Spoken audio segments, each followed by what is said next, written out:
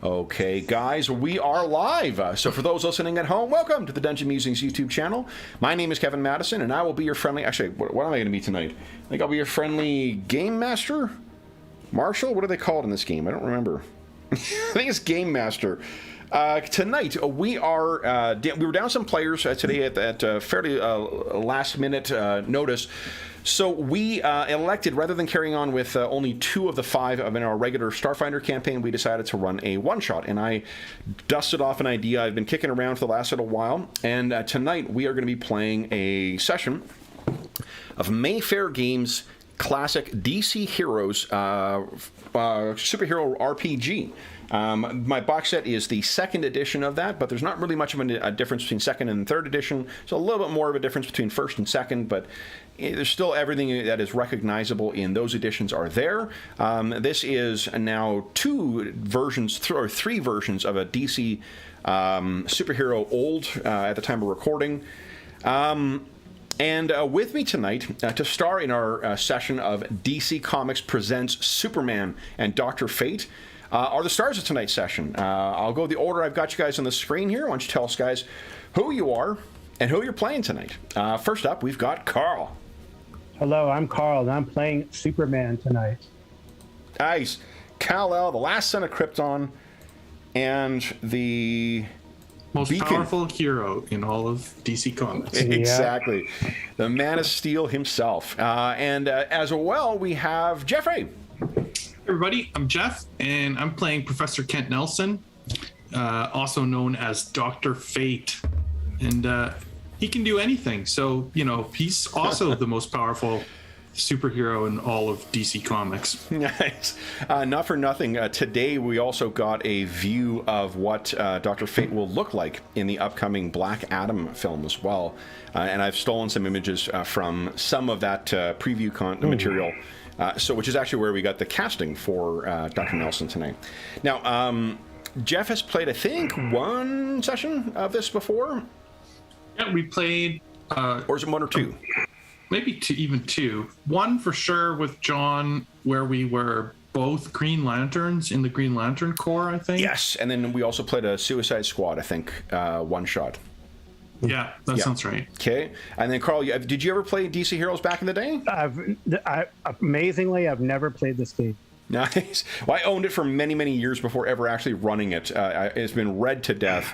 But this is one of to situate this contemporaneous with sort of the other like 80s RPGs. This came out shortly after the Marvel Superheroes basic set from TSR, and I think because of the ubiquitous advertisements for TSR products at the time, it definitely overshadowed this game. But they were contemporaneous games. This and the Marvel Superheroes Adventures Advanced set came out, I think, a year before this one did, the 2nd edition. So, in any event, that is the historical context for this. But enough of that. Let's get to our session, guys. So. We discussed, apologies for those who were joining us live. We had to do a little bit of discussions of what we're going to be doing tonight. But our session opens with a view of a lone standing tower.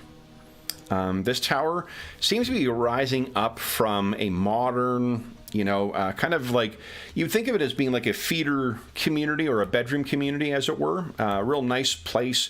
Probably, if you think of like East Coast small town America, that's sort of what you would see here. And this tower that rises up definitely seems to be incongruent.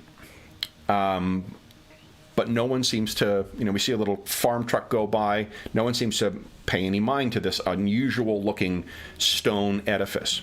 Within the tower, because our camera cuts inside, we see a man sitting at a fairly large round table that seems to be made out of some kind of dark wood. In this room, we can see that there are a huge amount of accoutrements that are around, and it is the way that these things, the things we find on the wall, the books with strange languages and odd alphabets that no living person has used in thousands of years. There are odd things preserved in jars. There are unusual looking artifacts that seem to come from across the world and beyond. but no people beyond the one older man we see sitting at a table. He looks like this, guys. White hair, ascot. He has his jacket off and draped across his chair. In front of him, there is a couple of books. There is a untethered scroll, and there is what looks like a sort of bulky dagger, and I think it's called a kirpan? No, not a kirpan. I can't remember what it is. It's a Tibetan dagger that has like it's a ritual object, but he's got that sitting in front. It's a big chunky dagger, and then in front of that, atop the map, there is the mask, the golden mask, the helmet of Naboo that we see sitting there. The man's eyes are closed, but the fluttering of his eyes beneath them tells us that he is either dreaming or in a trance. The man twitches a little bit, and we get his vantage. And this is what we see. A sprawling, fairly desolate-looking landscape with a huge moon above, a second one coming into view, and then a large red sun. As the red sun or the moon passes a little further, we get a better look at the mountains, and we can see the mountains, while they look like simple stone, they are actually almost transparent, because these are jeweled mountains, almost made of crystal or precious stone. And these huge things capture the light and diffuse it in a very unusual and strange way. And across this desolate landscape, we can see that there are a series of figures, robed figures, riding these unusual looking animals. The animals look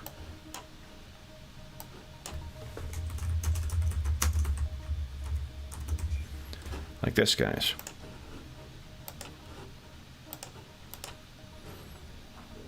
You can click on it to get it larger. They are on par on Earth. We would say that they're about as big as elephants, and they ride on these kind of large, like howdahs, on top of them.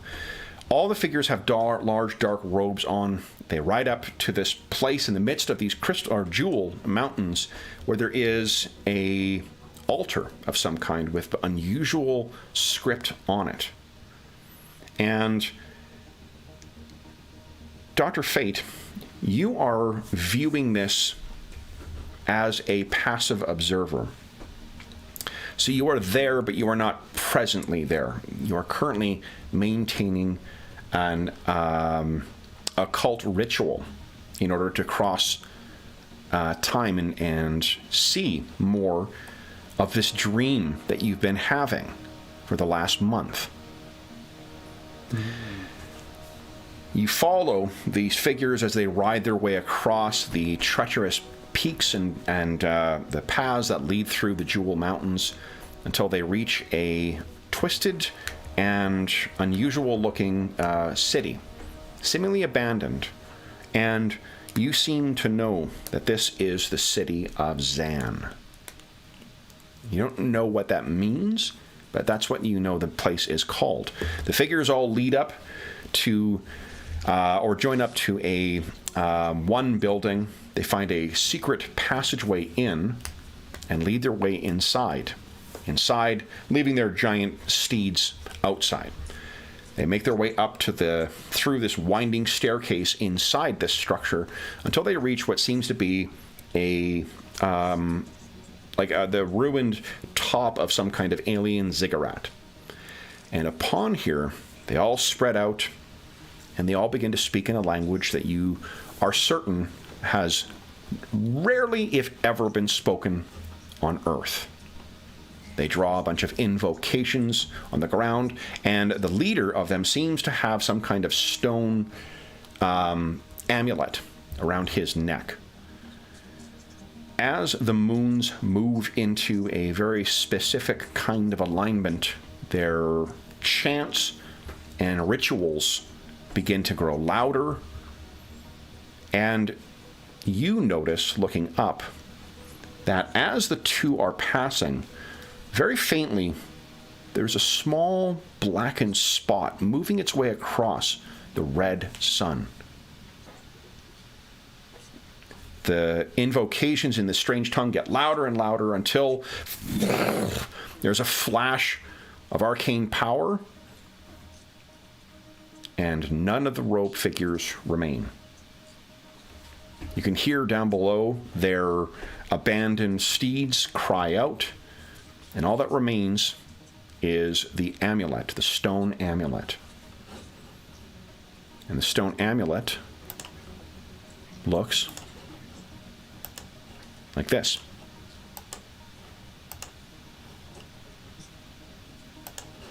Your eyes flash open, and you can see that the dagger drifts over the scrolled out map, or rolled out old parchment map that you've had laying before you. It is of the United States, or at least it's what would become the United States. This probably dates from around the 18th century. And the dagger appears to be drifting over. If you look at it, you would guess that the location is somewhere in Connecticut. You look over at the glowing eyes of the helm, and this seems to answer a nagging question that you've had.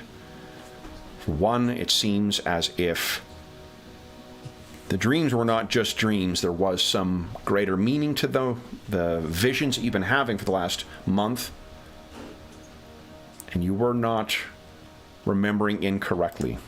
Jeff, what does that stone symbol mean to Dr. Fate?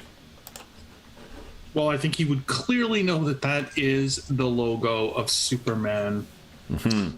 And I think he has also witnessed a lot of magic before, and he would think that these people are coming for that was some sort of potentially a teleportation magic or something to bring them here, and that they are coming for Superman.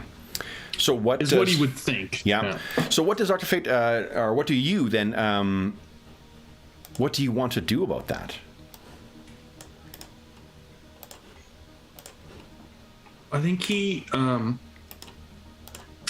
sits back, he puts his feet up on the table, he snaps his fingers, and he's holding an old school pipe with some nice sweet tobacco in it. Yep.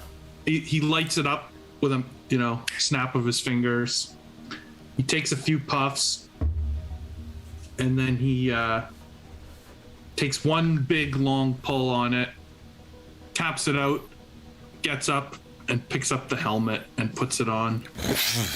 And as soon as you place the helmet on your head, you're transformed into the full raiments of Dr. Fate. Yeah. And I think that last big puff of smoke sort of drifts out into a circle. Yep. And then you see him do some kind of an incantation, and that circle of smoke becomes a portal. Yeah, nice. And through the image, you see a farmyard somewhere in Kansas. Okay. So the farmyard is like, I don't know. I mean, you guys have adventured well enough together. Let's say, yeah, why not? Let's say that you guys, sort of where the Kent farm is.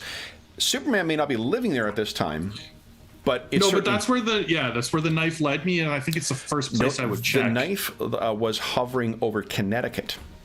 Oh, sorry, over Connecticut. Yes. Oh, that is a mystery. Sorry, that's where I would. Right, that's where I would head. Okay. Okay. So then our scene now cuts to the skyline of Metropolis. And Metropolis, we can see, is the most modern of modern cities. It has all the greatest benefits of urbanization with modernization, easy access to things, a hub of life all the time, a cosmopolitan atmosphere with none of the negative sides to it, or at least that's what the casual impression of Metropolis is. Suicide Slum, of course, is where they keep their hidden and dirty secrets. And across the sky, in a common way, we sort of maybe see this from the perspective of the people on the street. We can hear the, of Superman flying in overhead. As Superman, you are heading your way towards this building right here, Star Labs. You got word through whatever means that Star Labs has for contacting you that there is something that they wanted to let you know. You've been given a name of Dr. What's her name? Dr. Jedida Ister. And bear with me a moment here.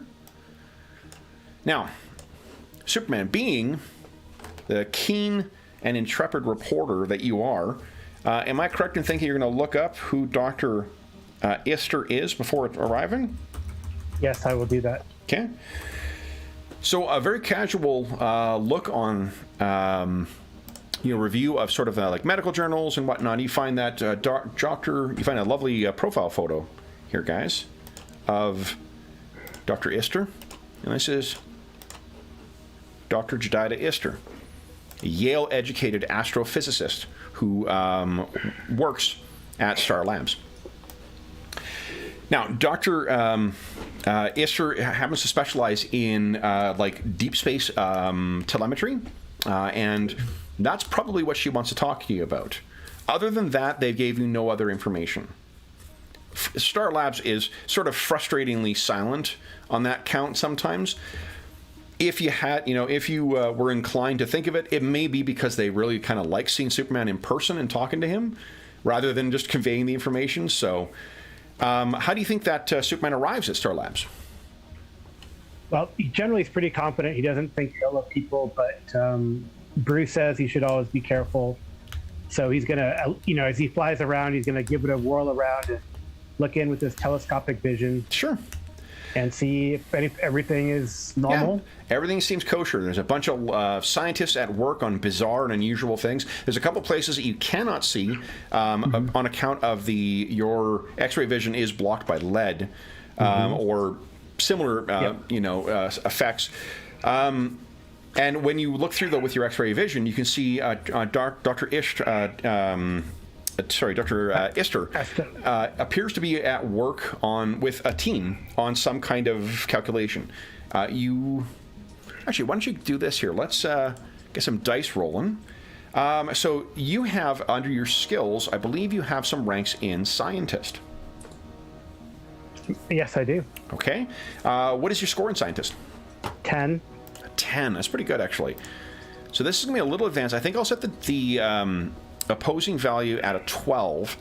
So with a 10 against a 12, you need to roll a 13 or higher on 2 dice. You can't choose to spend hero points beforehand to try and bump your 10 on a 1-for-1 basis up to a maximum of 20, or you can just roll and see what happens. I think I'll use 5. Use 5, okay. That gives you 15. So then against a 12, you need a 9 or higher. So give us a 2d10 roll. Let's see if you can make sense of what's going on. An 11. Yep. You're running the rounds on those numbers. Yeah, I know. 1 and a 10. So you could take a look at it, and it seems to be the trajectory. A lot of the math that's around there, it seems to relate to things coming into the solar system. And it appears like it may be relating to a comet or some other kind of cosmological body that is making its way into Earth's solar system. All right, well, he's going to... I doubt they have an open window. Do they have an open window? Yeah, I think they do. I think there's always like the Superman entrance. Okay, he's going to fly into the open window. Yeah. And, he's going to do like the courteous thing and kind of not appear in their conference room, but appear outside. Yeah. And then knock on the door. So gently we see, knock on the door. From inside, there's a bunch of scientists kind of at work, and Dr. Ister's like, yes, check that again. And then we see sort of one intern looks up, and just we see his mouth gets wider open, the glasses on his bridge of his nose get so far down they're almost going to fall. And he's like, Dr. Ister? And she turns around and sees you drifting out there, and there's a great big smile that goes across her face, and she says, open the window, let him in. So they hit a button, and then there's the turns out that the glass on the outside of Star Labs is not glass, it's in fact a force field of some kind. Clearly, you know, with all the property values of neighbors to Star Labs plummeting on account of unforeseen explosions or supervillain escapes or things like that, they've now taken steps to ensure that their neighbors are safe. So you're able to drift in, and Dr. Ister steps forward immediately and puts her hand out, and she says, Superman, what a pleasure it is to meet you. Thank you so much for taking time to see us. Yes, Dr. Ister. It looks like we have a celestial body. Is it approaching Earth? I couldn't quite see, and I point to the calculation. Yeah, she looks, and she gets like that. The smile on her face gets even bigger. She's like, "Yes, I'd heard that you had some knowledge of such things. Yes, there is a what we've picked up is a deep space object that we, as you're, I'm sure, familiar, Superman. But these types of things drift in. There are thousands, if not tens of thousands of them that drift in and out of the solar system over time. There was something curious about this, two things of interest about this particular project.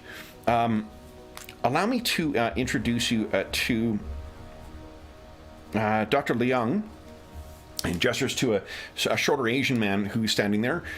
He waves to you. He says, Dr. Liang is the part of our radio spectrometry unit in Star Labs. And it's with his assistance that we were able to detect this. The first thing of interest about this object, which we expected to run parallel to or close to the Earth's solar system, but nowhere near Earth, we noticed that a month ago, the trajectory of this seemed to change.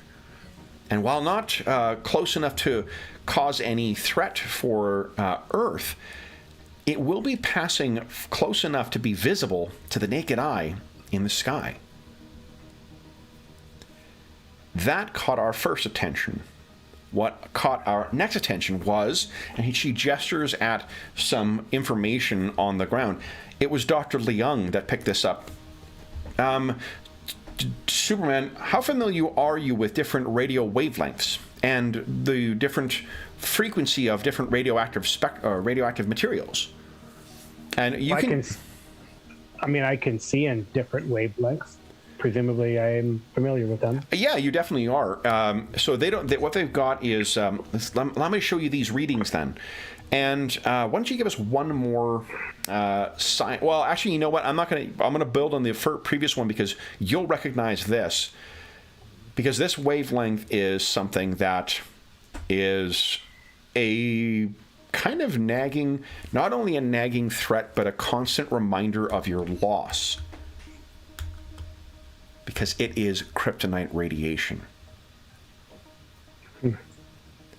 Now, the most lethal variety that you have, that is most common here, the green kryptonite, this doesn't have that, the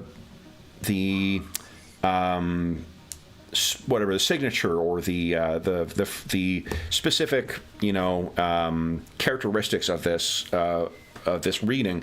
They don't match the type of green kryptonite that you have, or you're most familiar with, but it is definitely part of your dead planet, though a type of radiation with which you are not familiar.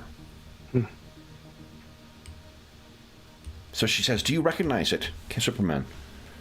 Well, it is kryptonite, but one that I am unfamiliar with. Oh. Dr. Ister looks back to Dr. Liang, and he says, I'm willing to guess you have a few hypotheses. I kind of gesture at the room. They sort of look at each other and says, we really don't. We had hoped to find, we had hoped that we might find some more information.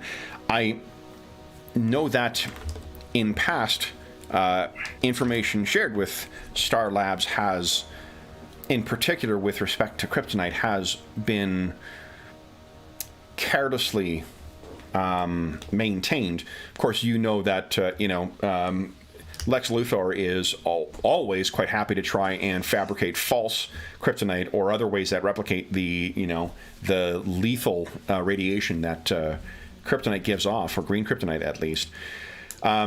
What you've done in past is you've stopped sharing as much free information with Star Labs because, you've had a couple of bad experiences. With them. So with what we were hoping, if you're saying that you have no familiarity with this type of radiation then? Well, I guess out of character, even if I did, I probably would be reluctant to share that. Possibly. I mean, yeah, like you don't know this Dr. Istra whatsoever. You don't know Dr. Leung. And what's not listed on your character sheet is your Fortress of Solitude. So you do have there, and there in the Arctic or the North Pole, you've got basically a Kryptonian supercomputer that may be able to provide, and you have a series of drones called Kelex that may be able to. That may know more about this. You've educated yourself in a fair amount of Kryptonian lore. You've tried to teach yourself Kryptonese, the lost language of Krypton as well. But there is a lot that has, that's a lot to learn about a specific planet. So the two things are you sharing? If you're willing to share this information, I may have a means of getting more. We were hoping you could. And Dr. Istra kind of, looks over at Dr. Leung and says, "We know that your experiences with Star Labs have been challenging in past, and we hope to, by sharing this information, we may take a first step towards repairing the relationship that you have with Star Labs and the researchers here. We know that if this is indeed a fragment of Krypton, not knowing how you came your way, well, we know that you came here and that other fragments of of Krypton made their way here. The prevailing theory has been that there has been a black hole or some other sort of subspace distortion that brought them here. If this is indeed another chunk of your home planet, we thought you should be the first one to know." Well, I thank you for that information. I will likely take this data that you have and examine it with the means that I have, and I will get back to you. Okay. Now, Dr. Fate, you said you were going to Kansas or to, to Connecticut. Were you wanting to contact Superman by any way or any means? Yeah. Because I absolutely. I think once I get to America. So actually, you are in America. Interestingly, I believe that Dr. Fate's tower is in New Hampshire. So it was actually close by. Yeah, it's very, very close. Well, I mean, I know Superman is incredibly fast. Yeah. And so I think I would, send a spell of some sort, a communication spell, directly to him, like sort of a messenger raven or a message, like some kind of a... So one of the things that is signature about Dr. Fate is the Ankh. You see it displaying there in his illustration. It's sort of a signature part. A lot of different iterations of Dr. Fate incorporate that in, like either he transports through them or works a spell through them. If you really wanted to get his attention, one way might be to that he certainly has involvement with that reporter at the Daily Planet. What was her name again? Lane. Yeah. I believe. If, say, you took a page out of Commissioner Gordon's book, appeared there, and had a 300-foot tall Ankh appear in the sky, I expect that would probably get Superman's attention. Probably, yeah. Does that sound acceptable to you? Yeah, sure. Okay. Let's go with that. So he would... I mean, I guess I would head to Metropolis then. Yeah, so you... and again, like it's a simple working of magics to get yourself there. I believe. Now, hold on. You will want to have. So the way mechanically that this character works, if I want to do flight, I just use my sorcery points to turn it into flight temporarily, kind of thing. Correct. Exactly. Okay. So if all you need to do is hover, then a simple 1 AP spell will suffice, leaving you 29 to do whatever else you want. Right. But if I want to fly really quickly, I can just pump tons of points into it. Absolutely. And you can physically, fly across the distance. Yeah. Okay. Okay. So Superman, this is interesting information, I guess. Well, I shouldn't say. I don't speak for you. What do you think? What do you make of this? Well, things from Krypton have a way of putting Earth in harm's way, not excluding myself. So I think he definitely would like to go to the Fortress of Solitude, get some more intel on it, and then have eyes on it if he can intercept it before it gets to Earth. So that's the plan. But whether that happens or not. Yeah, so I think you leave, and I don't. Do you think in this continuity that you and Lois are married? Does she know that you're Superman? You're not married, or just I don't even know what's the latest. I guess, but whenever we want. That's one of the neat things with. That's true. We can do whatever you want. Whatever arrangement of things is fine with me. Yeah, I think she knows. She knows, but not married. No, we're not married, but she knows. Okay. So, do you think that you're in a relationship? Yeah, I believe we're in a relationship. Okay. So you're probably going to want to let Lois know what's going on, so you leave Star Labs, you're sort of going across the sky, and as she's, if she's not writing, something at the planet, she's going to be elsewhere, but, that may be a good way of getting a hold of her. But over the rotating globe at the top of the Daily Planet, you suddenly see a huge flash. You don't need any of your Kryptonian senses to see this. And there's an enormous Egyptian symbol glowing in the sky. And I don't think you need to make a roll to recognize at least one potential source.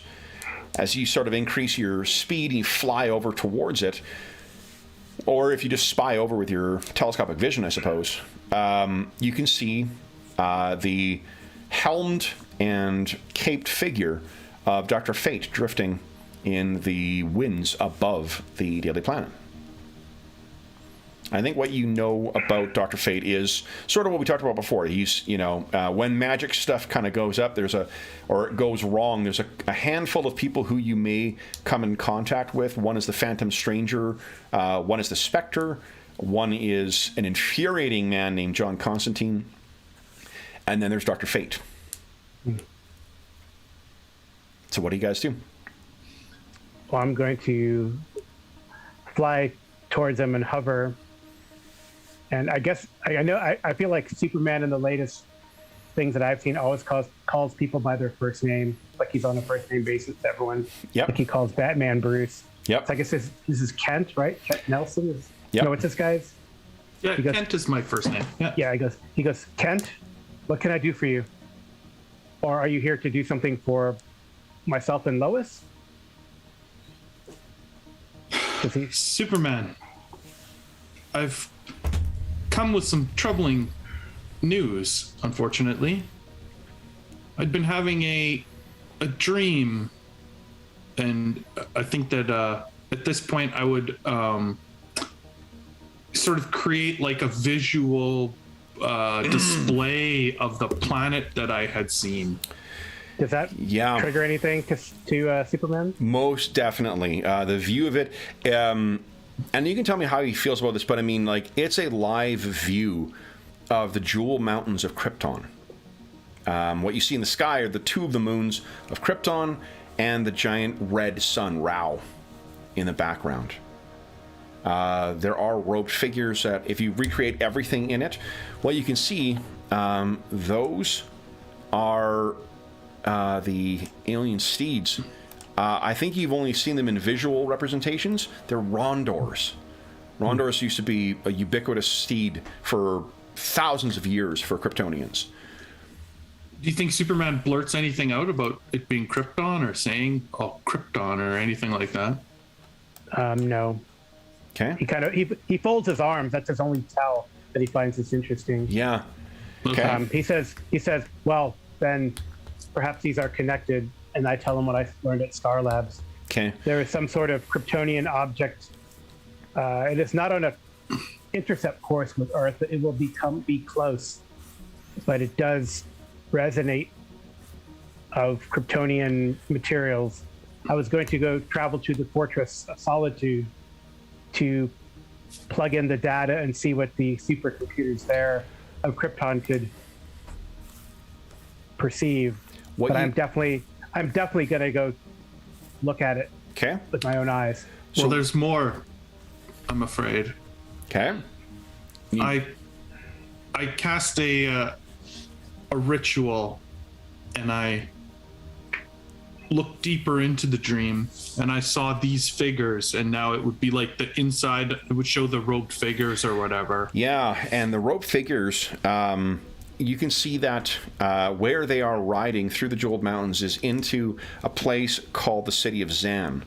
And for Kryptonians of your father's era, or your parents' era, I should say, it was known as the ancient city of Zan because it had been, crushed by a rival city-state in a series of wars. They were called the Last Wars, and the city itself, some legends say it's just part of, or what history sort of records is just part of this internecine city-state squabbling period on Krypton, but there are some rumors of is that it was particularly targeted by its rivals because of occultic rites and rituals. There were demon worshippers who turned away from Rao and turned to darker forces. If you let the whole thing play out, you can hear, you're not sure what the words are, or at least the meaning of them are, but the people are definitely speaking ancient Kryptonese. And then I think I would say they performed some sort of ritual in the alignment of your moons, or in the alignment of their moons. If you haven't said it's Krypton yet, I still don't know that. Yeah. These people perform a ritual using the alignment of their moons, and they vanish in what appears to me to be some sort of a spell. So Krypton, what you know, Carl, Krypton has tens of thousands of years of history. And just like on our planet, there's, language changes over time. The language that these people were speaking must be very, very old. Because it's not the kind of conversational Kryptonese that you have learned. Or that your, father and mother and their contemporaries would have spoken. The part that troubled me is this, and then I think that the scene would play out where the moons align, and like you said, they vanish, and then the stone tablet, remains. And what Superman, is that of course is the mark of the House of El, your father's house. The House of El dates back tens of thousands of years on Krypton, so it's not surprising, but it would be worn as a heraldic device, likely at that era, meaning this was some important ancestor of yours. What you know is that one of your ancestors, Val-El, was one of the explorers who set down the region where the ancient city of Zan was located, but you never heard anything about Val-El being involved in rituals or magic or any other kind of stuff. I say, Kent, these are indeed mountains from Krypton, that it indeed is our sun, but the language they speak is ancient Kryptonian. It is something from the past as to why they would have the symbol of my family, which I believe you feel is directly my symbol. I would not know. However, if you're willing to come with me to the fortress and then out into space, perhaps the bits of information we know will intersect. There's one last small detail. And he kind of flashes back out. I remember you said at the scene there was something dark moving by the sun. Yes. And so he goes sort of like the whole scene rewinds, and they're back outside, and then he just sort of it zooms in on that like thing floating by the sun or something, and then I just say, I look at him and I say, I'm not a mathematician or an astrophysicist, but if that object is connected to what you've seen in the sky, maybe this is long ago, and the time for it to journey here has elapsed. So, Dr. Fate, tell us a little bit about what sort of, since you had that or began having those dreams so suddenly, that month and change ago, what investigations have you been taking to try and figure out why you're having these visions? Well, I mean, I think that I would have done some research into what kind of magic can pervade dreams. Okay. And I would have done research into just sort of that like psychic brain barrier of, essentially having memories implanted directly sort of into my mind is what's happening. And I would have tried to figure out whether it was because I'm susceptible to magic or if it had something to do with the helmet or something in that vein. Definitely. So I think it's definitely something to do with Naboo, with the helmet of Naboo. Right. One of the things that, so the way that sort of like the mystic community works, right, is that everyone is, if you think of any other field of like professional practice or whatever else, people are remorseless gossips in their own sort of spheres. And the way that manifests in the mystic sphere is that sort of everyone kind of keeps magical spells out of scrying to one degree or another to sort of, if someone does some big magical working, you want to know about it before it affects you, right? Right. Naboo is a Lord of Order, so the magnitude of that kind of scrying is much bigger. The way that you get around that, or one of the ways you can get around that, if you're not able to completely suppress your magical power, particularly if you've got a really big working, is to sort of have it all go out at once. To try and like burst it out so that it'll overwhelm the scrying senses to the point where, like, in order to sort of pull the signal from the noise, as it were, it'll take you time, or you may not be able to do it at all. If you're, in response to your scrying spells, you might just get a splitting migraine, or you might burst some blood vessels in your eyes. But on your scale, it's been this long to sort of unwork this. You got to. The scrying spell is that you think the thing that's causing this to manifest back in on you. What it likely means is some massive magical working happened a month and a little bit ago. And it's only been today's or last night when you were able to finally get a clear view of that signal, of what it was, what sort of response your scrying spell got. Right.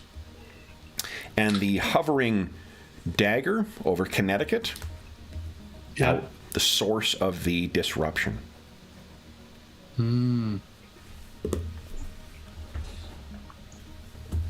Right. Okay. So, I'll relay that again to Superman. So, well, I mean, we're super fast. We probably can do both, basically. But I know you want to journey to your fortress, but there is something pressing as well. I've traced the source of this, and it's already here in Connecticut. At least some amount of it.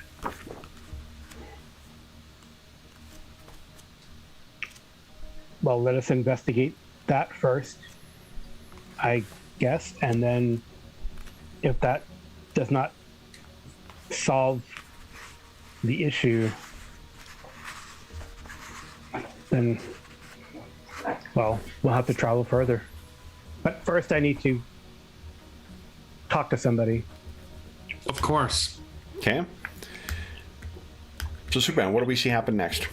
So he's gonna go to where he can get into. I'm sure he knows how to get into Yep. the Daily Planet clandestinely, come out as Clark, and try to track down Lois. Sure. I think Lois is at her typewriter, and she's once again asking how to spell certain, or not typewriter, computer, and asking how to spell a certain word from someone else. Lombard, how do you spell? How many L's are there in a leave? There's only one Lois. He turns around, Clark, I didn't hear you come in. She goes, "Do you have a minute?" For you? And she kind of shoots you a smile. Says, I wanted to catch some air anyway. And so you guys walk over, and there's like a patio, like a rooftop kind of patio you guys can stand outside in. And as you step outside, she says, so how did things go at Star Labs? They've seen some sort of space anomaly, and Dr. Fate has also seen something similar. Fate? Is it something magical? Potentially. We are going to investigate. I just wanted to let you know. She sort of pokes you in the chest. You know how you're not as tough against magic. Be careful, Clark. Well, I'm sure Kent will get my back. Dr. Fate will get my back. Well, and Dr. Fate, where are you when this is happening? Are you just sort of drifting above, or? He might hear his name. Yeah. No, I imagine that, like, when Superman said that, he, like, a comfortable couch or something appeared, and he had a seat on the roof of the building. Okay. Nice. There's maybe like a chopper commuter who goes by and kind of like looks out the window quizzically at this man lying on a couch floating in the air. Totally. Okay. This is all right. Do you expect to be gone long? Well, if we don't find answers, across the river, then we'll have to go up north. And if not, well, out into space. All right. I'll keep you posted, darling. All right. And she gives you a kiss on the cheek. And then she says, say hi to Keelix for me. Yeah. Turns, and she heads back in. Oh. In Smallville? Be careful. In Smallville? No, she says Smallville. It's her nickname for you. Oh, okay. Gotcha. Heads back in, Sure. and he goes, I always am. okay, flash that winning Superman smile, and then Yeah. okay, so you, drift up, and Dr. Fate, Superman appears, ready to go wherever you guys wish to go. Connecticut then. I'll follow. Okay. Yeah, I'll lead the way. All right. So what do we see as you invoke a flight spell, or is it a teleportation spell? No, I think I would fly because that's how Superman travels. So, it would just make sense to, travel that method. So in, at least according to my DC universe, the Atlas of the DC universe, Metropolis is very close to Connecticut. Yeah, I said I figure across the river. Yeah, because Metropolis is in Delaware. Oh, it is? Yeah. Okay. It's in depending on what continuity you're in. It's like there's now, because of the films, they've started placing Gotham pretty close to Metropolis. I thought Gotham was, but I guess Gotham's another name for New York, right? Yeah. Yep. Gotham in this, at least, is where is it here? Gotham City. So funny. I guess I don't know why they want. Gotham's in New Jersey. Yeah. All right. So from Delaware to Connecticut. So I mean, it's less than an hour of travel towards that. Dr. Fate, why don't you tell us how are you tracking to this specific location? Do you have a spell active, or because you'd have to have some kind of a sensing spell or something like that? Yeah, like I actually think that what he's doing is it's almost like a connection to the ritual that he had performed on the table back home. Okay. And he sort of like reconnects with it, with the dagger that's sort of over the map. The ritual, one of the neat things with the game is you've got an ability called, or skill called occultism, and occultism can be used to sort of like do one-time invocations of to mimic powers. That's happened, so you have an idea of where it is, but in order to sort of zero in on the specific location, you probably are going to need to activate some kind of tracking spell or something like that. There is a power called Magic Sense that allows you to detect magic and match using things, and then you can, just like any other senses, you can choose to like focus that in and discern certain details or whatnot. The challenge of pinpointing it is likely going to be the power of the sorcerer who is trying to conceal it. Right, of course. So tell us a little bit about how, what I will tell you is that the general location that you guys find yourself going to is a place called Ivytown.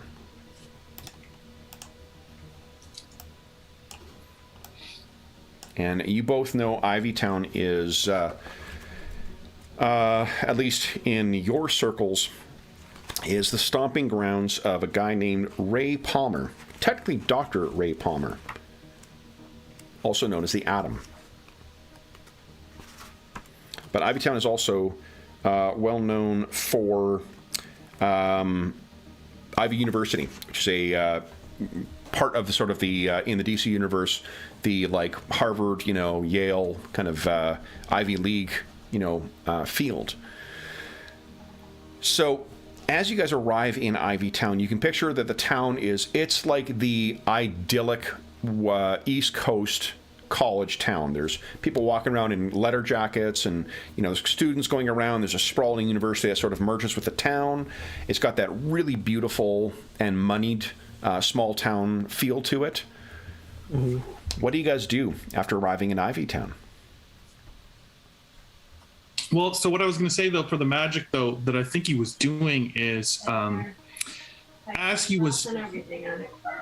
they were flying closer, he was sort of almost like using like a ping spell, and it would be a lot like the from the image that you have there of Dr. Fate, and it would be this sort of like glowing circle with like the hieroglyphs in it like that, and he would be pouring, as they would be getting closer, like you said, it would be harder, so he would be pouring more and more power. He'd be flying essentially slower and slower as he was like, eventually it would be like indicating to go right to this city of Ivytown or whatever. So the circle would kind of close in as they would fly closer. Okay. So that would get you to, I think like even like putting 1 AP in it would get you to where Ivytown is. How much do you want to put into a tracking spell to try and pinpoint this location? From where you are, it looks like, I mean, that the Atom has had his problems with certain, Kronos has been a pain in the ass for them before, and other of his nemeses. It seems like a bunch of kids going to college. Right now there's, and true to its name, there's tons of buildings that have clinging ivy on the outside. Okay, well, so what I imagine is, as we get closer, or even right around the town, I'm gonna swap my points. So I'll probably only be using like 5 points to hover. Okay. And sort of the that glowing circle over the town that I don't even know if Superman can see it or not. I mean, that's your call. What do you think? Yeah, I think it's visual. And so the hieroglyphs, once they get there, will flow out into the actual circle as it's sort of over this thing and form almost like a spider web, filling in the whole circle. And then this sort of magical aura will like lower down onto the town. And okay. I'll put a full 20 points into it. Wow, okay. Because I mean, this is dangerous. And like you said, I mean, it took me a long time with my scrying to even locate it, so I know it's elusive. Okay, so I think, let's see here. So it's at 20. do you wish to put any hero points into your roll to try and detect? Sure. Okay. So you can put up to 20 points in to juice this up. Yeah, let's do another 10. Or 10, so 30. Holy smokes. Okay. So go ahead and give us a 140. 2D, a 2D10 roll, please. Oh. There you go. Ugh. Fortunately, you put a shit ton of hero points into this. Yeah. So you cast this, and what does it look like as it begins centering on a specific location? Yeah, like I think it's like it's almost like the filaments of the web start, thickening, and it's like the energy flows to where the location is that we want to go to. So like you can sort of see it like visually flowing to one area of the city. Okay. I mean, how pinpoint that is, you can let me know, whether it's like landed on a single building or an individual it has on a building, and there's something else I'll give you. So here's the way that we sort of judge how much you get out of it is, and I can't remember if is it on here or not? It is not. So the way we do it is we sort of compare what your senses and your result is against it. If you get what are called full RAPs, so if you get a result the same equal to like the difficulty of the task, you get all the information that's possible for it. Otherwise, you get increments and piecemeal bits. Yeah. I can tell you, even though you rolled dog shit, you put so much power into the scrying spell. So what you find, let me show you what you, or where at least your spell brings you. I was just going to say, if it's like a single building at this point, then it's like the web eventually is sort of all folded in on that one building, and then it, draws your vision in there and then just sort of seeps into the walls and disappears. And you said you're letting Superman see this as well? Yes, because I wanted him to see how we know where to go, essentially. Sure. I think because of this, Superman, it's not causing you any kind of like game effect right now, but there's a little bit of a dull headache that you're beginning to get just because of this interference with magic. Now, what you guys find yourselves drifting above is this building. And like I said, actually, that would look kind of cool with its colors, with that gold web, with the hieroglyphs sort of fading into it as it dissipates. Now, the building itself, it has that very old, it has a look where it may very well be one of the oldest stone buildings in North America. Very, very old, and it's been added to over time. This, you can see on the top, it's maybe not clear, but that dome actually retracts to reveal something within. But the scientific applications of this particular building are not of interest to you, Dr. Fate. What is of interest to you is that there are a bunch of stones that are set in the ground around that seem to have like statues or other, plaques or whatnot put on top of them. But they are situated in such a way as to help add power to a magical ritual. And again, they seem to be here, or have been here for a very, very long time. What you can see on the markings, this building is part of the Ivy University campus complex, and this is the astronomy building. I turned to Superman. I just need to warn you, this whole building seems to be a conduit for occult power. You will have to be very cautious here, as I know that magic can be a danger to you. And something here is very powerful. Well, I will leave that up to you, Dr. Fate, and I will just be here as a backup. Hopefully we won't need it. Okay. So you guys are drifting over this building. You're beginning to get a little bit of attention from people in the quad. Hey, who's up there? Hey, it's Superman. It's Superman. What do you guys want to do? Do we, Can you hide us? well, that's what I was just gonna say. Okay. Like, do we want to do this more stealthily? Like, maybe I should do some invisibility magic. You could do invisibility. You could disguise yourselves. What do you think? Yeah, we could just go, fly and land somewhere, and change into like professor-looking dudes or something.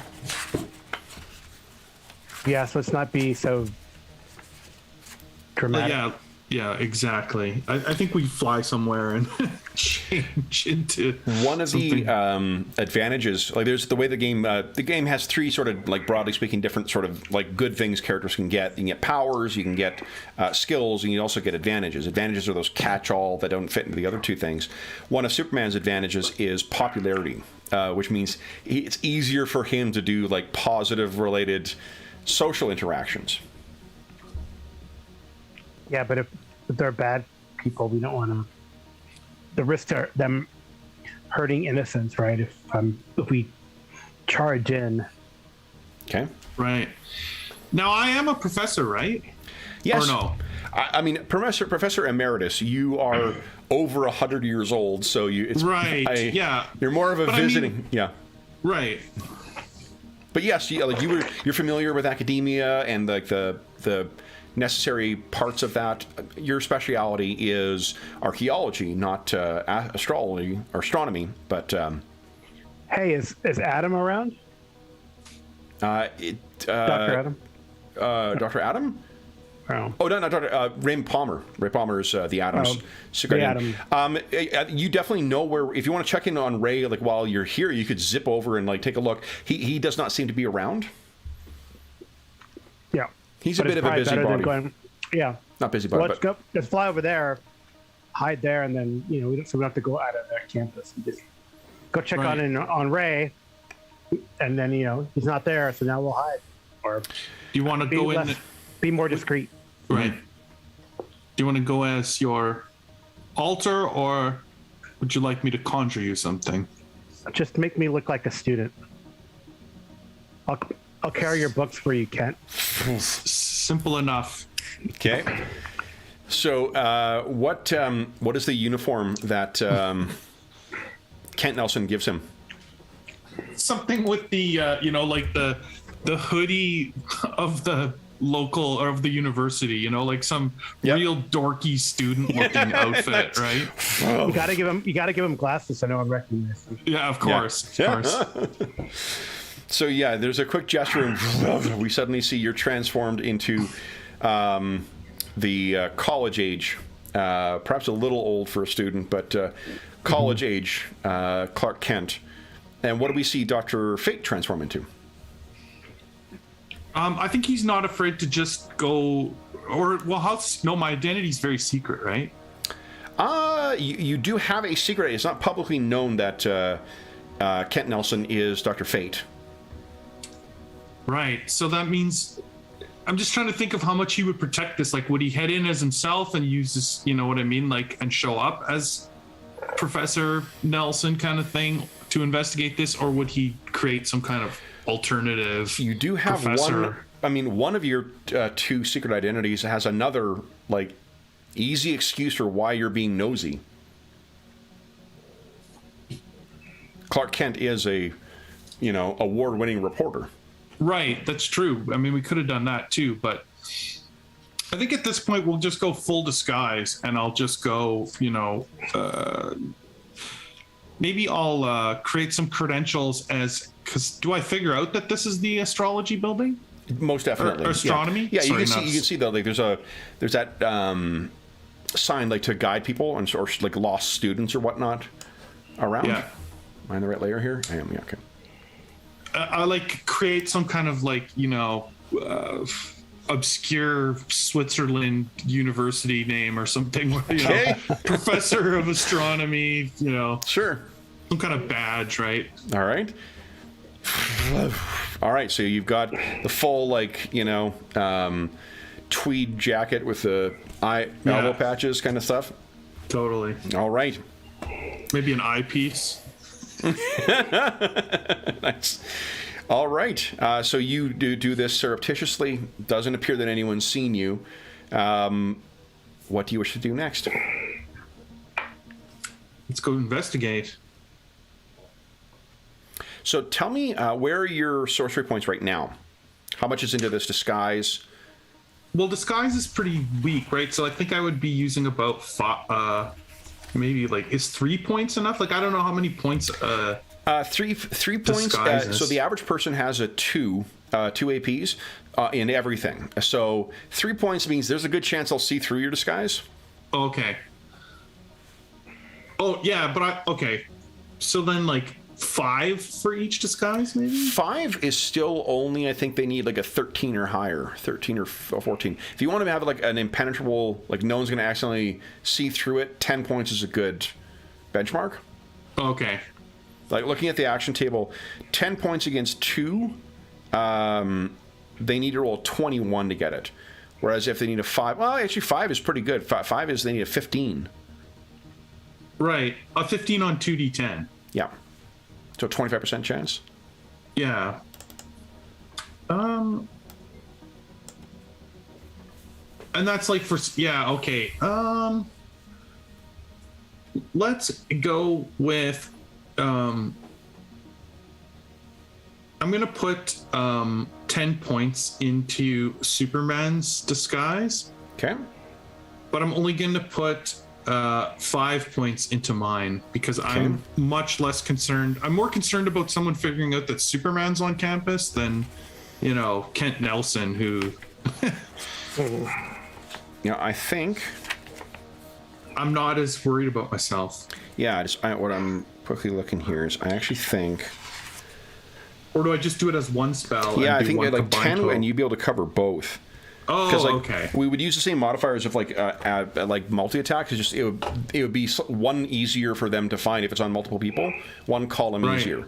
But if it's 10 points, then that's really hard for 10 them. points is like impossible on one target, or next to impossible for them to see on one target. Very, very hard on the two. So that's a very, very solid disguise. Where are the other 20 points of your sorcery? The reason I ask, because that's your sense you're using to try and track down or pinpoint this thing. You've got to the building thus far, but have not gone further inside. Yeah, I think that what it's going to be is sort of like this, the third eye sort of spell, right? Like, I think it'll be probably just a magic sense, like so like an actual, like trying to find things that are clearly magical. Yep. And I'm gonna put 15 points into that. Okay, so you got 5 drifting then. Yeah, and just keep 5 for emergency. Love it. Okay. So we see a college student and a professor wander up to this very building, the astronomy building. Your magical senses are just on, they're sort of definitely making your hair stand on end. There is it's the equivalent of like a magical, magical fallout. There's been some very, very powerful spell, which is unusual for a place of science. What do you wish to do?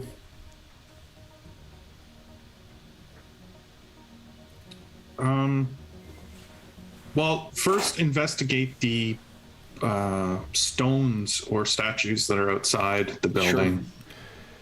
So you get outside the building and you're checking. Is there any one stone you want to favor, or? Maybe the one, like any that's directly in front of the building. Okay. Superman, you got a variety of different senses you could make use of as well. Yeah, no, he can telescopic. You can go through his vision, telescopic thermal X-ray. Okay. And then if that doesn't teach him anything, then his hearing maybe. So you guys get over there, and Dr. Fate, what you can detect or sense about these things, there's definitely magic about it. You get it to one that's got a big statue that's built atop it or around it, as it were. There's some Union general who's on the top of this thing, but the stone itself, it's as if the entire edifice was built around it. And you're looking at this thing. There's definitely a palpable, like anchoring magic component to this. Superman, you look at this, nothing unusual. It's Earth, the microscopic vision. This is some kind of Earth rock. There's nothing strange about it. The telescopic vision, however, not telescopic, X-ray vision. X-ray vision reveals something quite interesting. The stone goes about 2 feet below the surface, and as if it's like a peg, and a little bit of it is setting out above the surface of the rock. And on the inside, underneath the ground, there are hieroglyphs that have been carved into this. And the reason it's of interest to you, it is the Kryptonese language, or alphabet. Can I read it or just decipher it? I think what you can tell is these are, it's almost like some of the, just like in our language, we repurpose certain letters and symbols and whatnot for scientific notations. It's like that, but why don't you give us let's see here. What is your intelligence? Intelligence is 11. 11? Okay, so I think the difficulty to figure this stuff out is probably going to be, I think an 8. So right now you're looking at a 7 or higher. Okay. Do you want to spend any hero points to bump up your intelligence, or just roll 7 or higher? What I rolled? He rolled as low as a 4 earlier. Yeah. I'll spend 2. Spend 2. Okay, so that puts you at a 13. That means a 5 or higher is what you need. Yeah. Okay, awesome. So you get column shifts out of that as well. Yeah. That's 1, 2, 3 column shifts. So, okay. So I tell Kent, I go, Kent, wait, there's something here. And he sees me like narrow my eyes as I kind of look at the ground. Yeah. And I start mouthing, I start trying to decipher almost out loud, a little bit, muttering ancient Kryptonian. Yeah. So what you know is it's something you read about when you were reading through Kryptonian histories. These are not scientific symbols. These are arcane, ancient Kryptonian arcane symbols.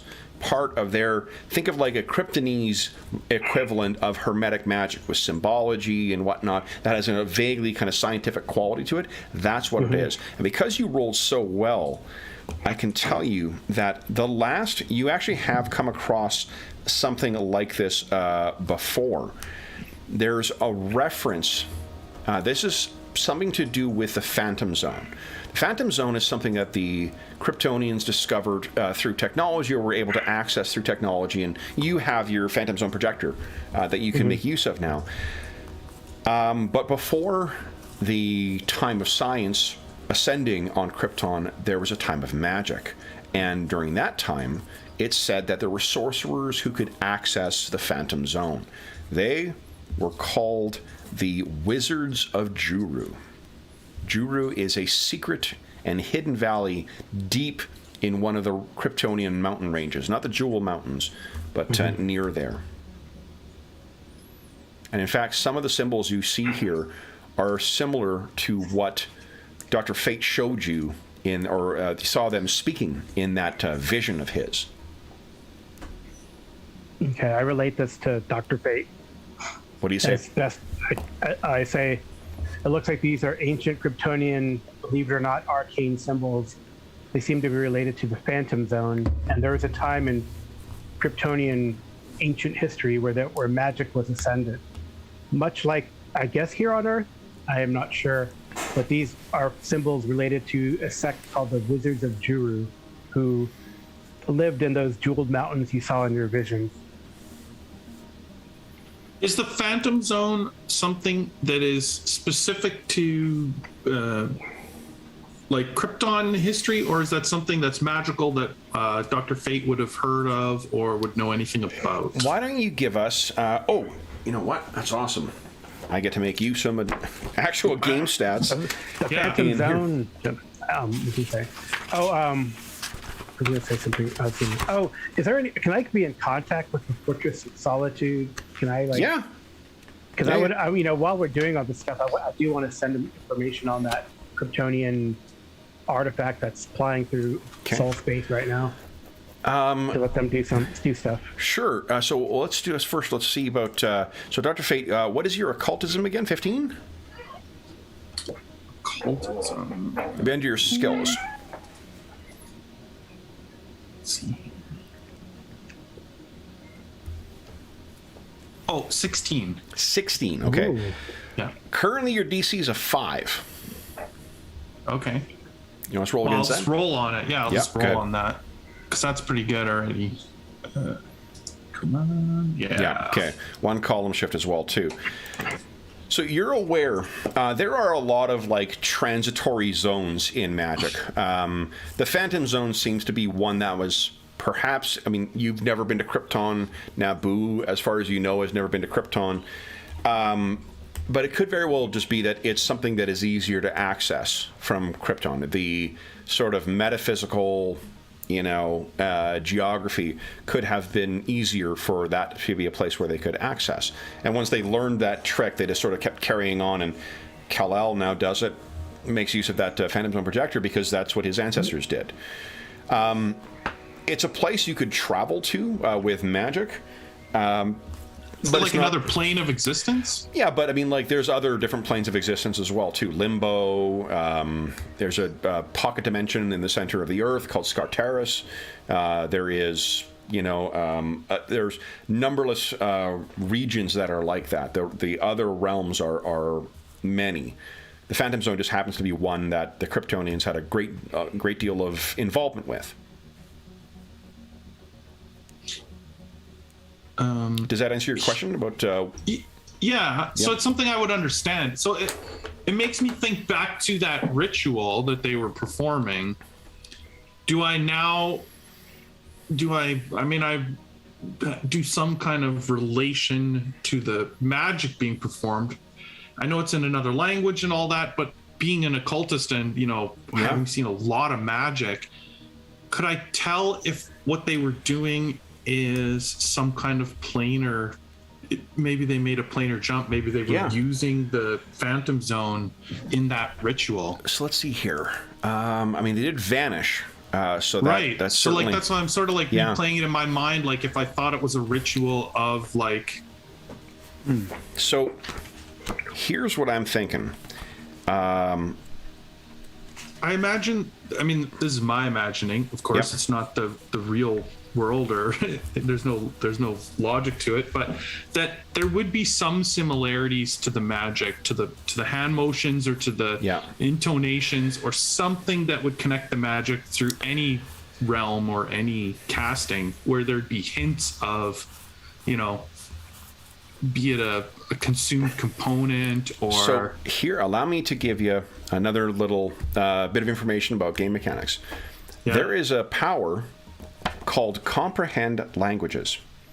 But the power, the DC or the OV, the difficulty to understand a alien language is a 12.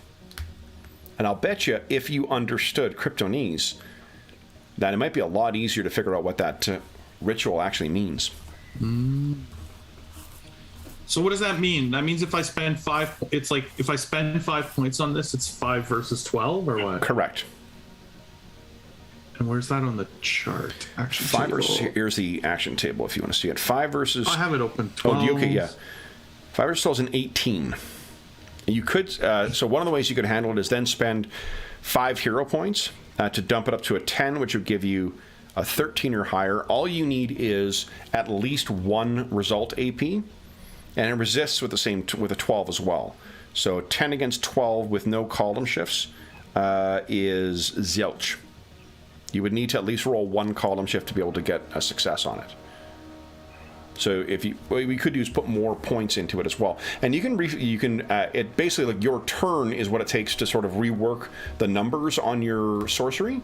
Oh, so like I could take the 15 points that I'm using to search for magic right now and just shift as much as I want over to comprehend I see. Okay. If you like, it's not that I have to keep maintaining a spell No, it just means you won't have the benefit of that for a few effect. turns or whatever. Precisely. For the casting of the comprehend languages. Yep. Yeah. I'll just shift a bunch of points around then. I'll Okay. keep the same 5 free, and I'll use 15 that I was using for magic search to do comprehend languages. So 15 against a 12. 12 is a 9. Okay, so I have to roll a 9. 9 or higher. You can spend hero points as well to bump up that 15 up to 15 points.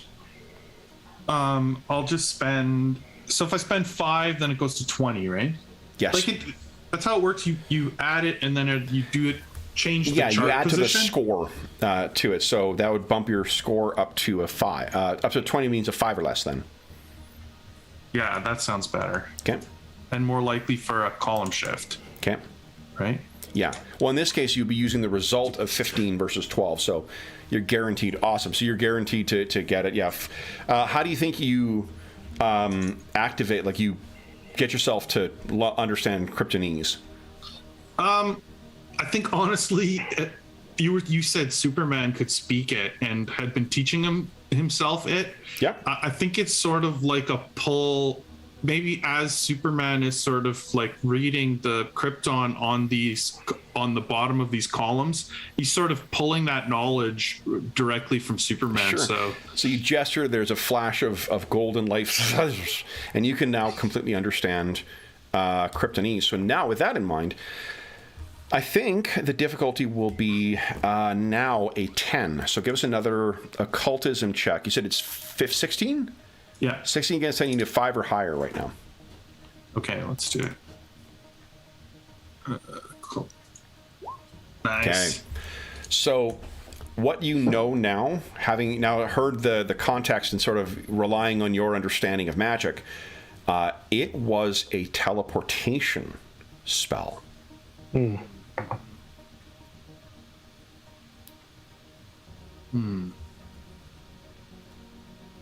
I think I would relate that now to Superman. So what do you say? Well, I've bothered to learn your language a little, and I'm now certain that... Do you say it in Kryptonese? No, because that might draw attention. We're still trying to be a little bit subtle. Okay.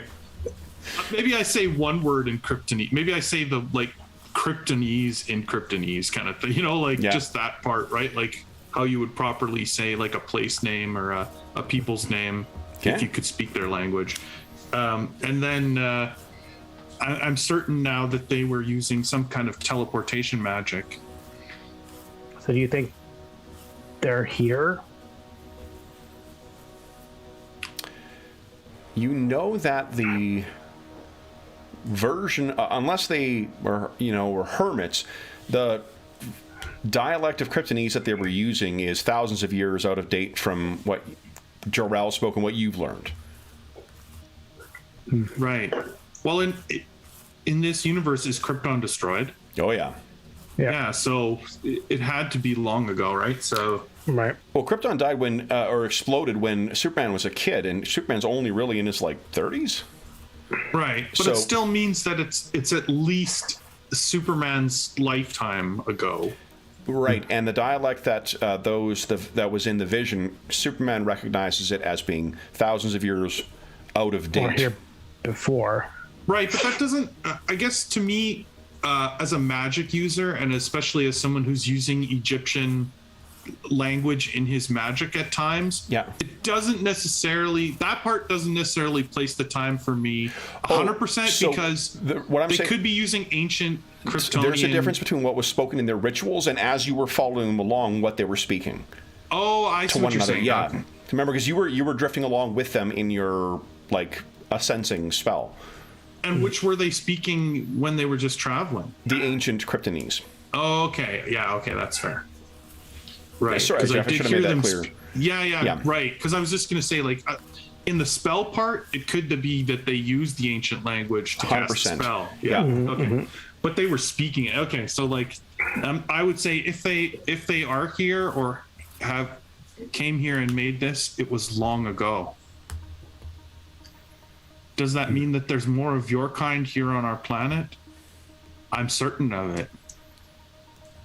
based on your findings here in the ground. All right, can I going from the statues, can I go into the building that we've targeted, or look with X-ray vision into the building we've targeted? Yeah. So, what you see through the building is a bunch of students. There's lecture halls. There's sort of studying things. There's professors' labs. There's what you couldn't see from the outside before. That dome conceals an enormous and fairly advanced telescope. You think it's a telescope, Kent? What's that? And maybe I have an X-ray spell that I would cast then to see inside the dome as well. Okay, so you can see inside as well, and there's this huge telescope inside. The telescope itself seems it seems interesting. Let's see here, Superman. You've got training in science. Yeah. Why don't you give us? It's 10 o'clock, by the way. I don't know if that. Oh yeah, it's so mid-session break time. Yeah, let's take our let's do this. We'll give you this roll, and then we'll let you guys ponder that on our mid-session break here. Okay. Superman, why don't you give us a how many 11 science? 11 science. I think it's gonna be against a 10. I'm trying to decide how difficult this is. Actually, you know what? I think that to just recognize something here, this is only going to be an 8. So an 11 against an 8 is a 7 or higher. Okay. And you could spend up to 11 hero points to bump up your thing. I'll spend 3. 3, so that puts you at 14. It's a 5 or higher you need. Good thing. So you're looking at this thing, and I think you've been around. It's similar to the doctor or the professor that you met with before, Professor or Dr. Ister. That likely has they must have something similar in here, and this thing seems to be similarly advanced, but there are some distinctly weird modifications that you are completely unfamiliar with to this telescope. Like, there's components that are built into this thing that it makes no sense to have them in a telescope. You're not sure what function they would serve, to the point where, like, some of them don't seem to make sense from a scientific perspective. Perhaps they have some kind of non-scientific purpose. Yeah. All right, I'll let Dr. Fate know and say, I guess we need to go check it out. So you see it through you look at what Superman points out to you. Give us so this will be an occultism check. This will be, I think, same thing, an 8. If you're 16, you need a 4 or higher right now. Yeah. Okay. Oh yeah. With a couple column shifts. This is one of the popular sort of things in fiction is for sorcerers to work their magics through wands. And the belief there is that there's some kind of way that it focuses and directs and augments whatever magics are put through this. The types of enchantments and odd additions that have been made to this telescope is the kind of thing as if you were building a industrial scale magic wand. Wow. The power coming from the various stones around here would flow into this and then discharge it out up into the heavens without disrupting the actual normal use of this telescope. Dr. Fate, I believe you have found the source of your dreams. And with that, we'll take our mid-session break. Yep. So we'll be back in 5 minutes, folks, and then we'll see what happens next.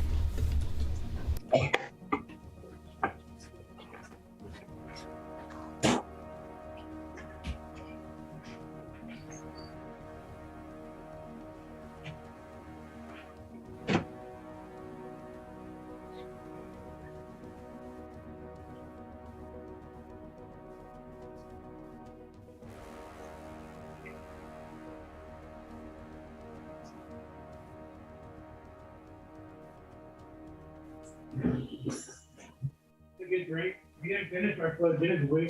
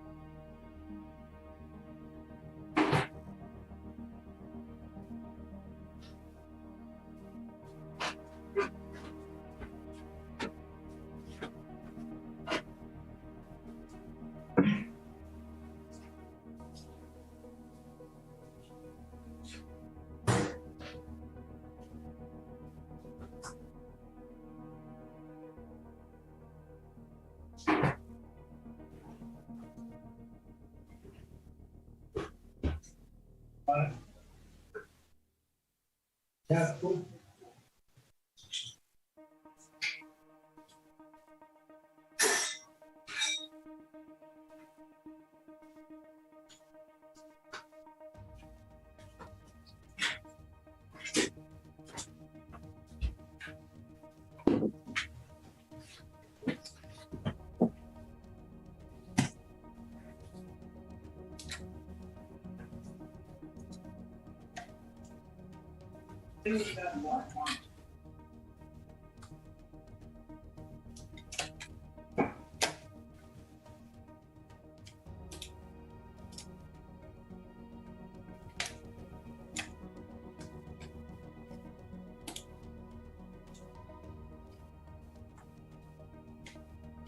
What?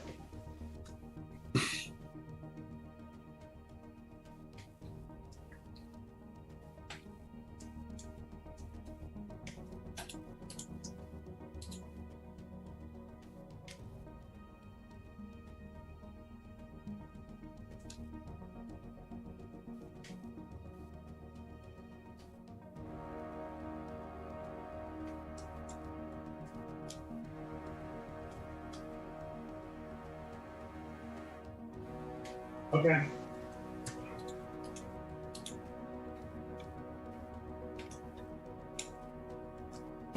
No.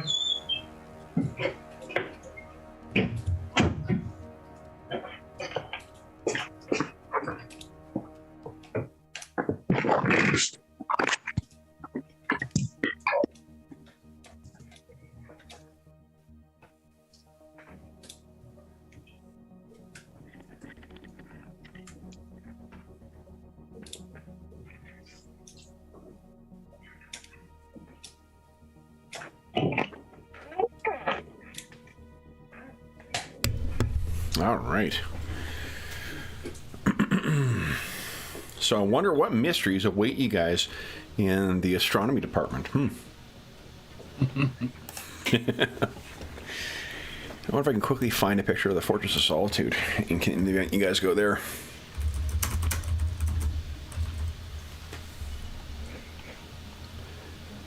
Yeah, nothing on the web. I don't know how the web search works when you do it within, like, directly from here. Anything, because it seems to be limited in some way. But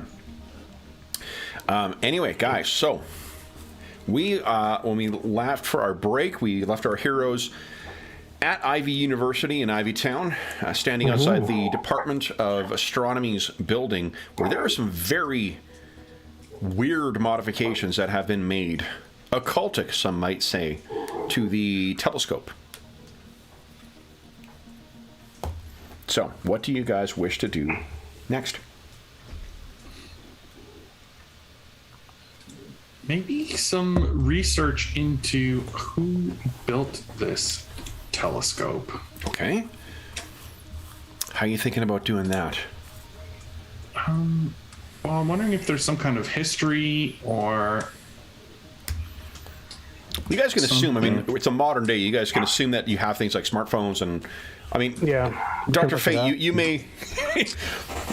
what is the term for the born in the 1900s term? Like 1901?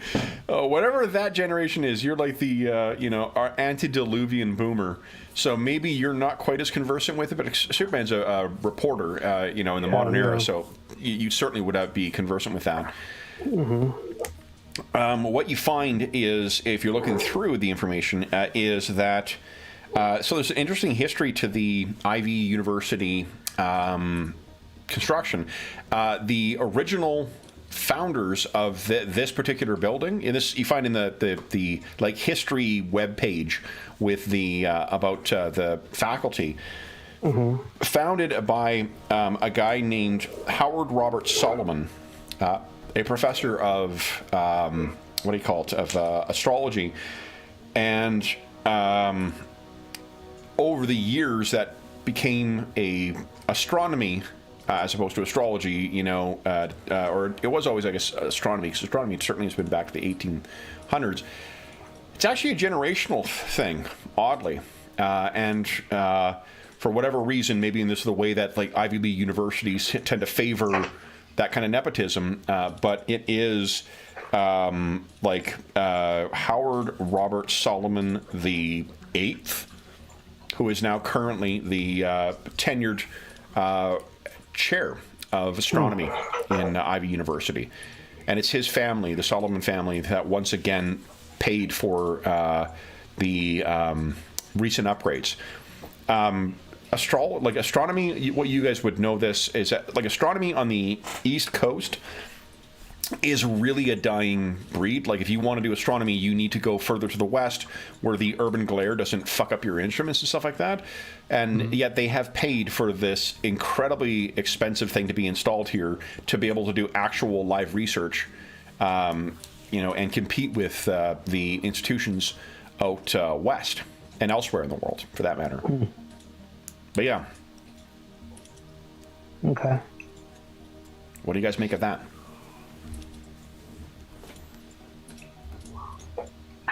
I mean, that is strange. But I mean, if you were trying to hide your magic here, I mean, I guess there's some sense to that, right?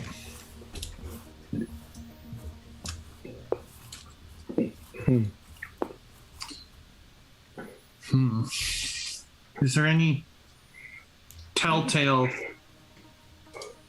way that you can think of, Superman, that we would be able to tell if any of these people were Kryptonians? I don't know. We can start talking to them in Kryptonian and see if they answer us in Kryptonian. Would they be so foolish if they were here hiding there? I think in this continuity, Superman, you, as far as you know, your cousin Kara Zor-El is likely here, but apart from that, you probably have already run into the Phantom Zone villains like General Zod and Feora, and they're all, as far as you know, away. You're not aware of any other survivors of Krypton, or at least there's no other Kryptonians that you're aware of on the planet apart from yourself and Kara. Yeah, the only other way to tell would be if you have some kryptonite, which I would hope you would not have, Kent, because that would be rude. No, I do not have any kryptonite, friend. I guess we just look around and try to examine this telescope and see what we can learn from it. See where it's pointing, if it's pointing at that object. Right? Fair, yes. Okay. And maybe our curiosity will get some attention. So we should be on our guard. I'm sure it will get some attention. Okay. So what do you guys wish to do next then? And Dr. Fate, what spells do you wish to have active? Oh, go ahead. Sorry. If you I mean, we know. So we know, just to establish, we do know where the source of his detection spell. We know that that's the telescope already, right?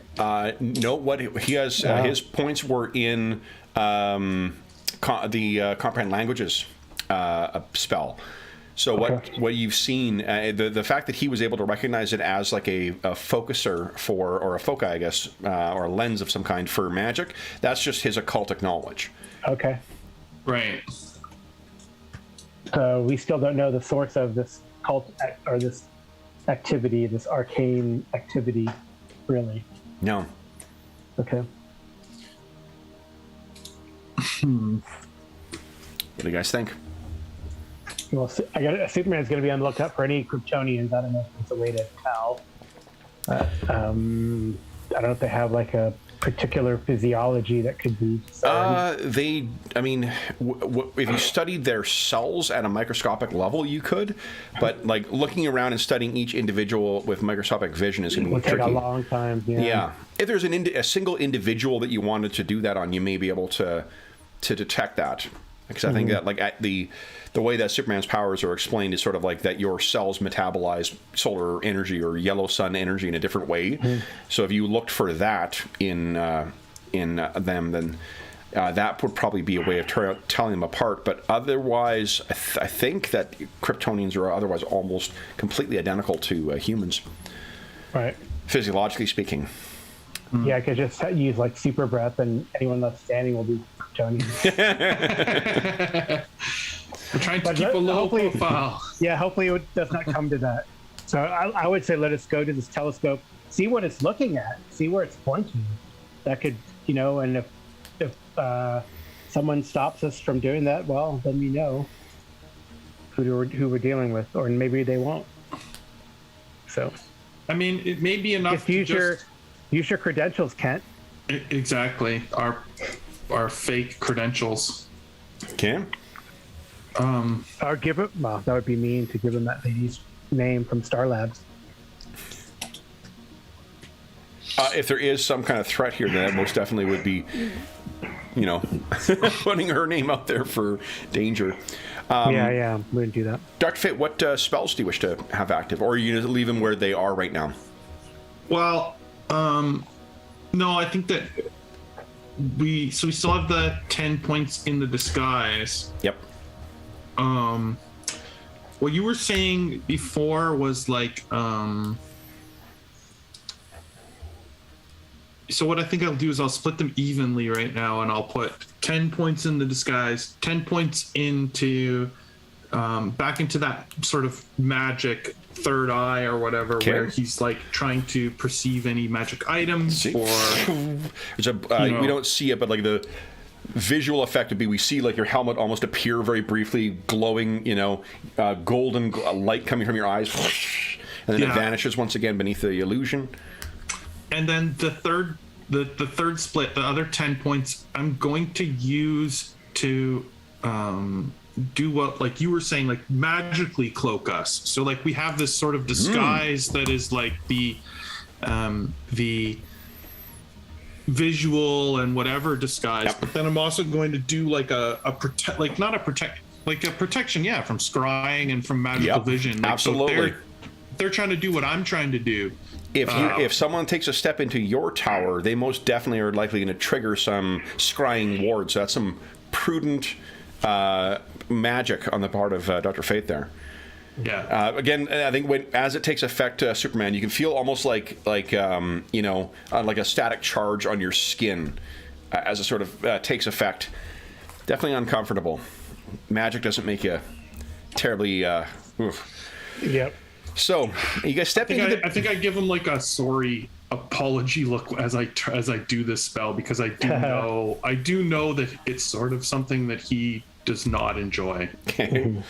So with that active, we have our professor and student. You can step into the faculty of astronomy. Where do you guys wish to go? Hmm. And we can do all this with a narrative thing. Like there's not like a, we're not going to get a map out or anything. So no. Yeah. I mean, maybe let's claim to be here to see this telescope. Is probably ask around to find out who we need to talk to get a tour of the telescope. Okay. So like asking around. Yeah, I think you would know, like secretary at the office. Yeah, or definitely. whatever. There's probably like the faculty secretary would be the one who would at the very least know.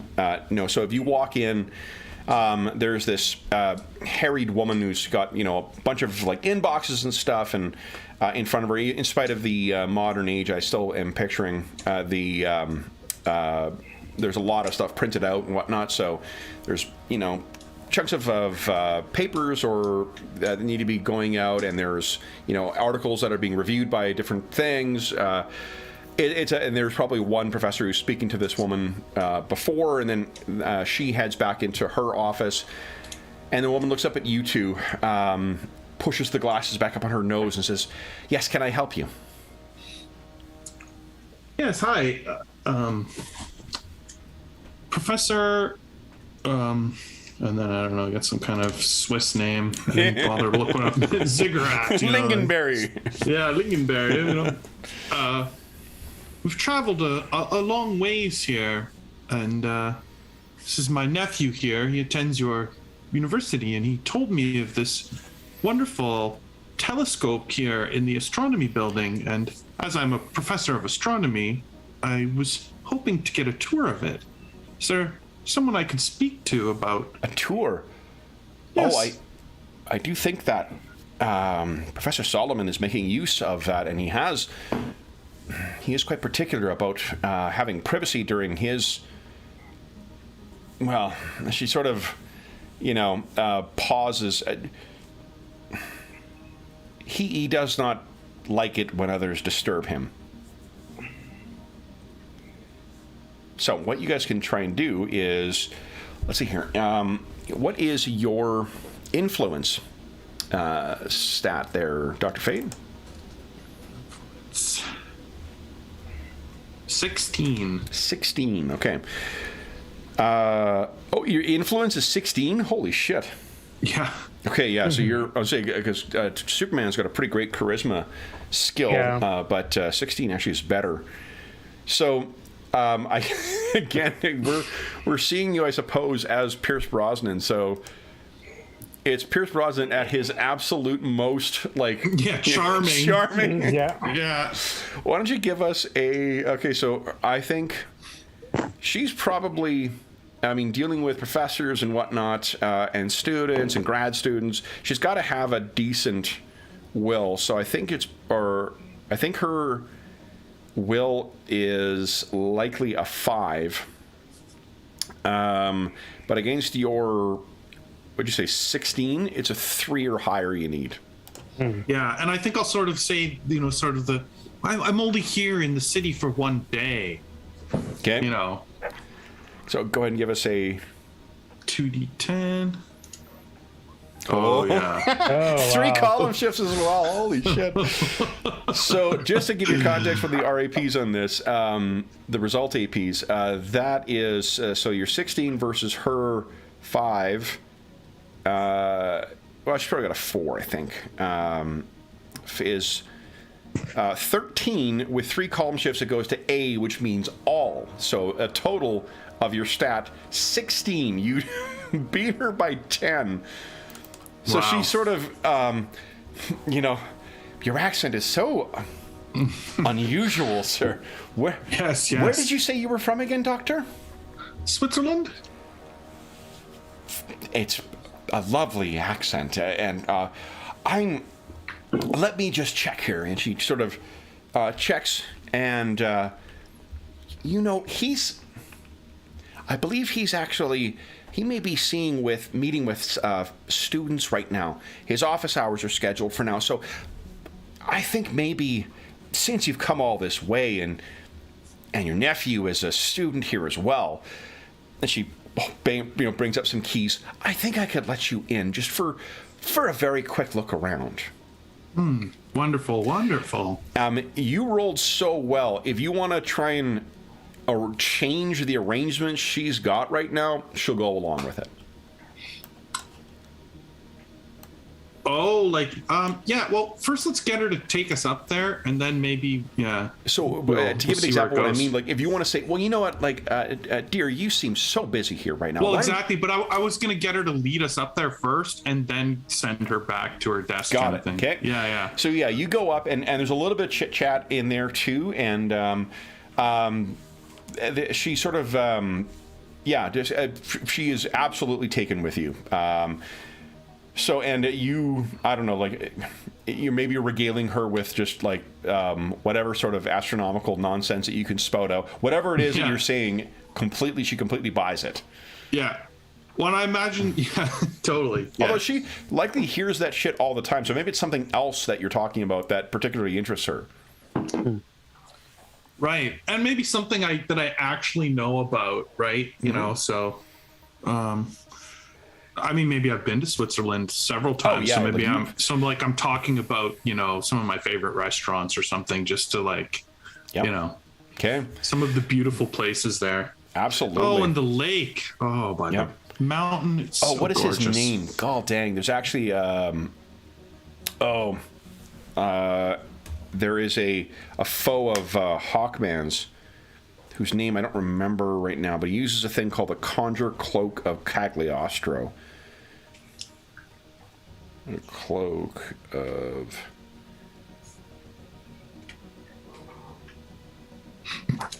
Excuse me. Tattered Man or something like that. Cloak of Cagliostro. The Fadeaway Man.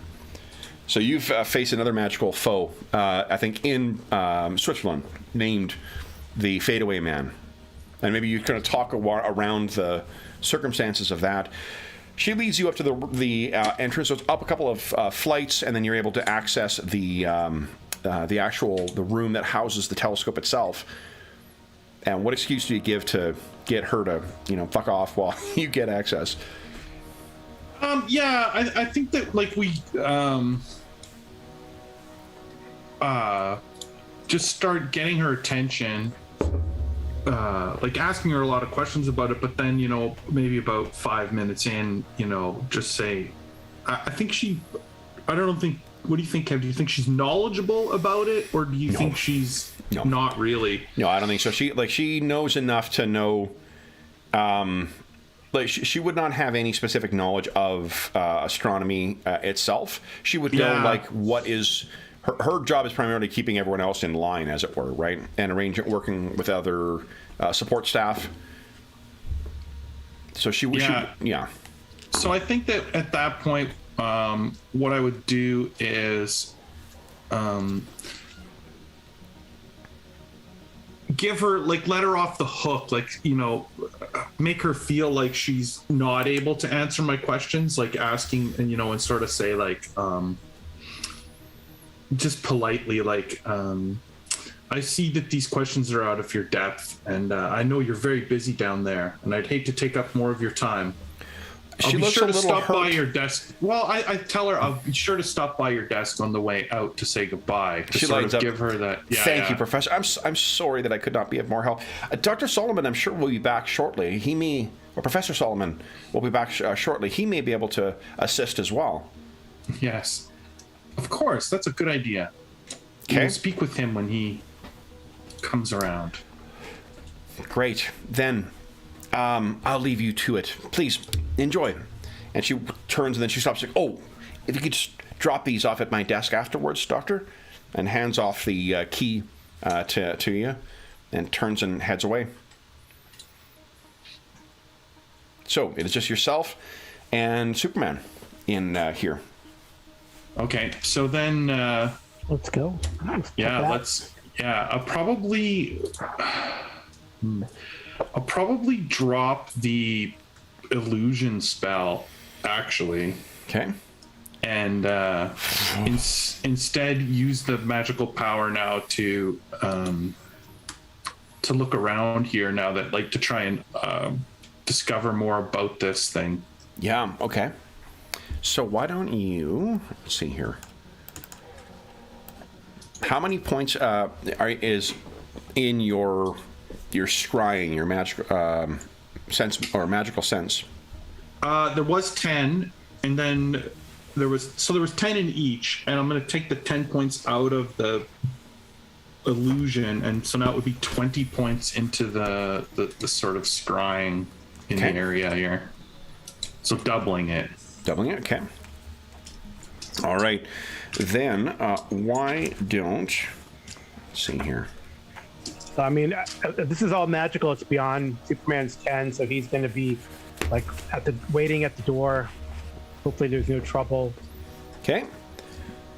So you're standing at the door, and Dr. Yeah, just, having X-ray vision on to make sure we don't get surprised. Sure.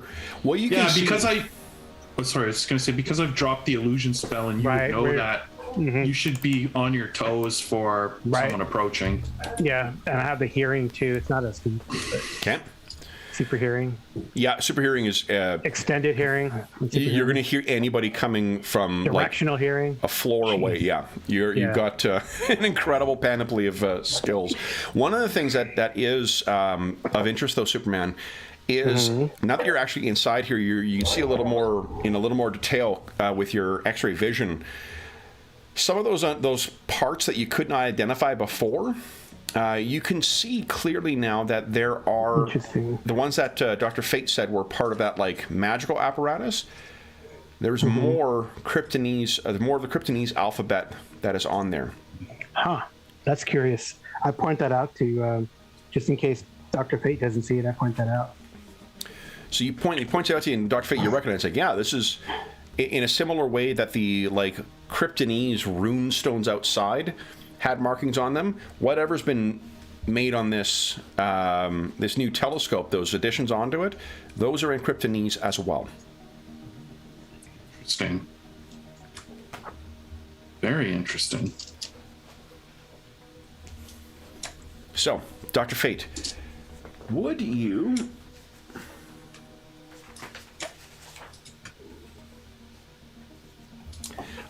kindly give us a check here? So we're going to see what you can pick up with your new your augmented magical scrying here. Currently, you've got 20 points into it. Yeah, that's right. Okay. So that's pretty good. What are you thinking? You want to put any extra points in before you roll? Well, I could use hero points, right? You can use hero points. You can use hero points up to the value. So you can put it up to 40. I mean, once you get to 28, it's a 3, and that doesn't get any better than that. Yeah. I do know that the person whose thing this is has been very cautious with their shielding. So let's just add. Let's do 15. 15, okay.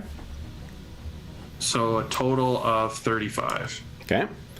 So 15, 35 is 3 than you need. So go ahead and give us a 2d10 roll. Okay, come on, good. Roll. Nice, with some column shifts as well, too. All right, so what, I mean, you get as much as you can from this.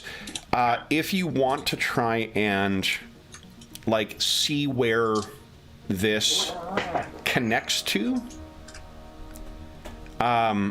here's the vision I think that you get. Let me add a handout here. Where is it? Where is it? Actually, there's 2 things you see. First,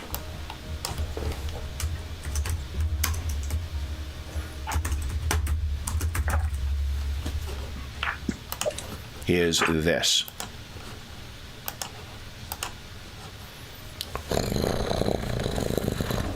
An enormous chunk of stone, or stone and ice, drifting through the vastness of space. There is a mystic link to this thing through this telescope. You also see a brief flicker of connection. It's almost as if you were in that scrying state once again. And you know... Well, I think... Go ahead.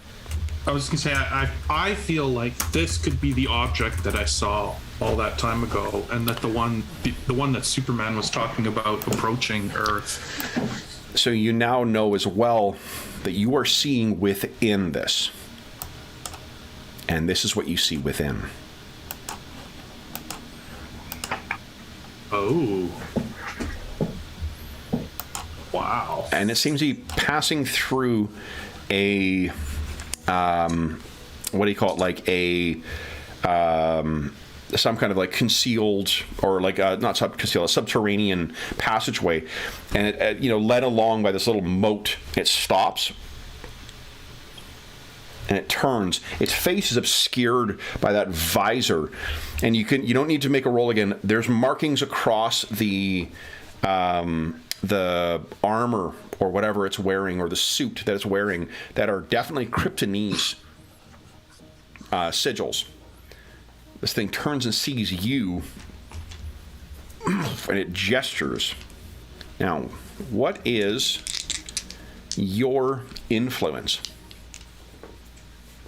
Influence is 16. 16, okay. All right. So you can, this thing is targeting you with some kind of nefarious spell. You can choose to try and, not your Yeah, it's your influence is what I'm rolling in. So you can choose to spend up to 16 hero points to try and jack your numbers up at all, if you would like. I am rolling with a 15. So currently I'm not... you said... Oh, sorry, what was yours again? 16. 16. So currently I need a 13 or better to get you. I think I'm going to spend 10 to get me to 25. Would you like to spend any to jack yours up? Right now I need a 5 or higher to hit you. Yeah. Just trying to think of what I would do.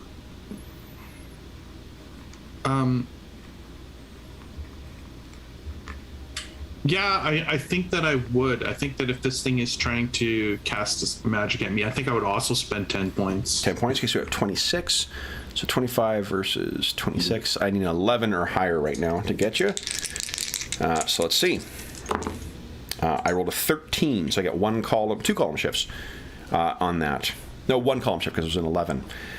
All right, so then I go to the results. What is your body? My body is 10. 10. Okay, so 15 against 10 and one column shift. All right, so you were taking 8 points of damage as this thing, it gestures, and the what happens is that little mote that's sort of carrying around, it turns into like an electrical arc that comes and hits sort of your astral form and follows back along your sensing spell. What you can choose to do, if you want to spend, let's see here. You could spend Desperation Recovery, which is... No, that's Last-Ditch Defense. You can spend up to 10 points to reduce it on a 1-for-1 basis, if you'd like, or you can just take that damage. Okay, my first question is, what... that's 10... That's 8 damage to the body?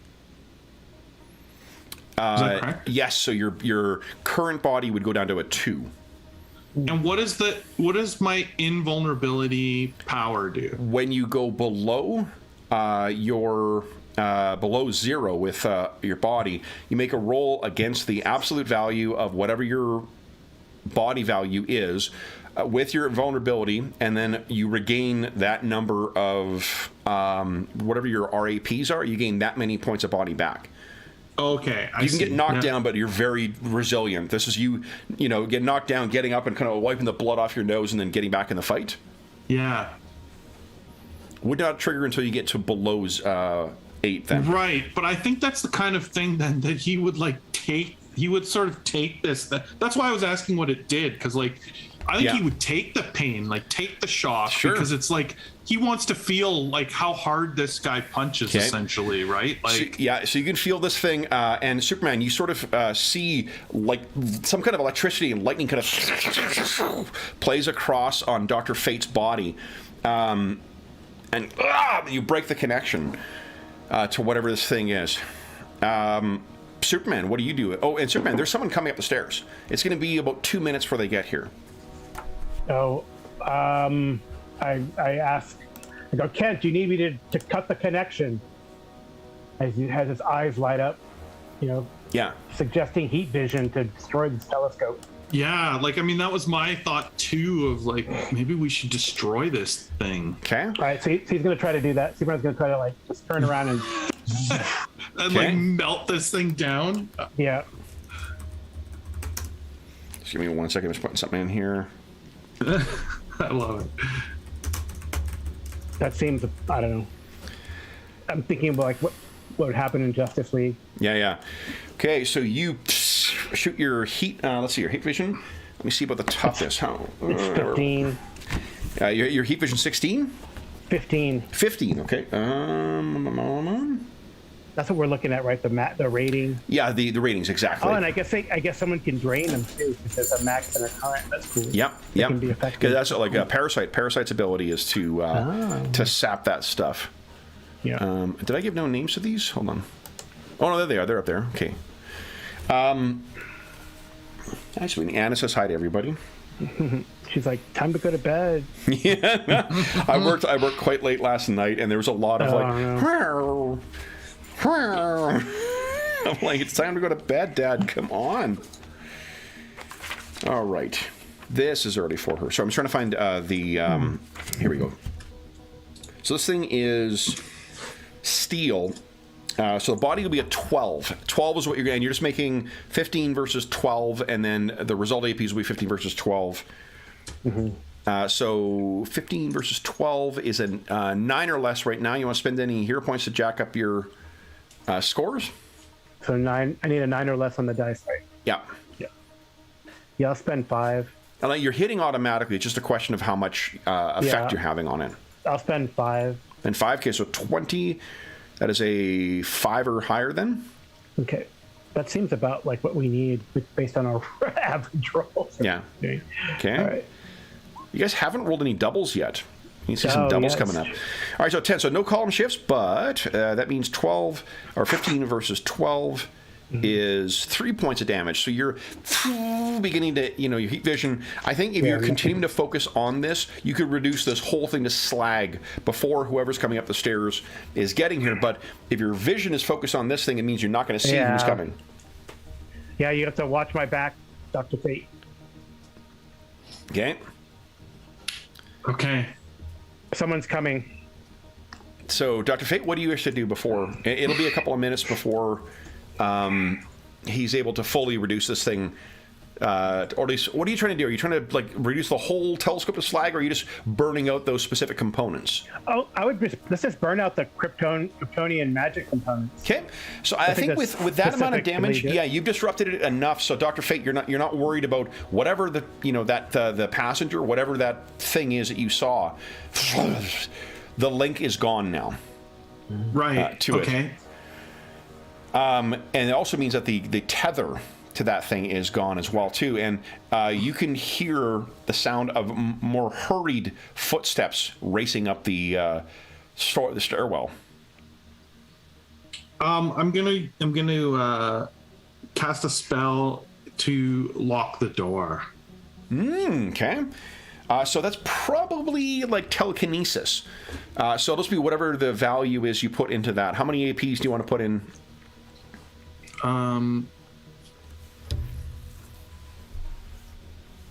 Well, I still have the 10 points into the anti-magic scrying spell that I'm maintaining. So I'm going to put 10 into this lock spell because I'm going to save the 10 to put us back into our disguises before the door so you turn will in eventually Jester, be open. And I'm picturing sort of like there's a golden ankh that kind of appears over the door, and then it's now sealed magically. Yeah.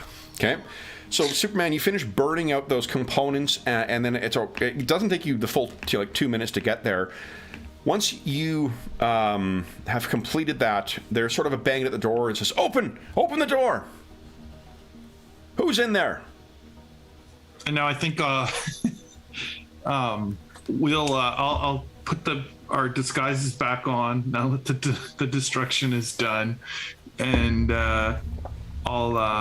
I'll come to the door and I'll act like I'm trying to open it as well. Okay. Mm-hmm. And then I'll drop my spell at some point.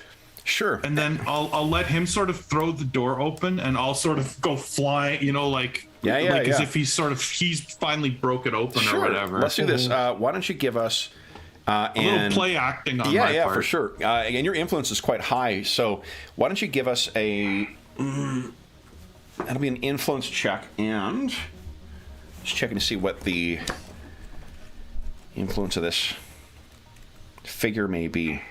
See how much, whether they buy your bullshit. So do you want to put any hero points into this? No, I'm just, at this point, I don't know who it is. I don't know. So I think I'm just going with my own charisma play acting here. Give us a check here, and I'll tell you whether you are successful.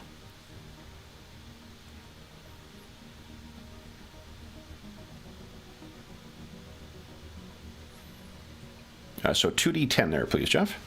Oh, okay. Sorry. Yeah. Ooh. Pretty good. You're an outstanding play actor. Who bursts in is this gentleman. Dressed as he is in here. And he comes in, he looks down. What's the meaning of this? Who are you men? Who are you people? You're not supposed to be in here. Yeah, I'll introduce myself with the name Dr. Lindemann or whatever. Okay. Professor Lindemann from Switzerland. We were led up here, and I'll say the lady's name who showed us in, Jane or whatever it was. Okay. He looks up. Good God, what happened? We are uncertain. We were here. We were just looking at your beautiful telescope when the surge of electricity or something came out of it. It seems like whatever it was targeting kind of had this sort of strange astronomical tachyonic particle backlash. He looks at the two of you. Damaged it. Yeah, it's very odd. Specifically those components. He looks and Dr. Fate, would you give us I'm making you make an occultism, or asking you to make an occultism check here. Do you want to spend any points on that, or you just want to roll? I'll just roll. Just roll? Okay. Okay. Oh, man, I've hit a lot of 15s. Yeah, so not only do you get a success on this, you also get some insight. He looks at you, and you can see, unfortunately, too quickly to be able to stop him.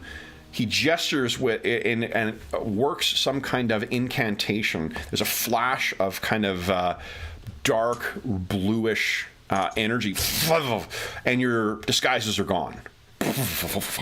He has disrupted those. And his eyes narrow and says, "Shall we dispense with this charade, Fate?" Yes, and thank you for exposing yourself. We were looking for you. And I expected you. And you. And he says in Kryptonian, or Kryptonese, and you, Kal-El. The way he says it is in a very odd and old accented way. Either that he is speaking similar to the ways that you saw in Dr. Fate's vision, or he's learned from them. Huh. He looks at you and says, "You are too late. The traveler comes. Zul-Kar-El will bring a new reign on this world. You," and he gestures at your chest. "You fool. You think yourself the savior of this world? You are the harbinger of its destruction."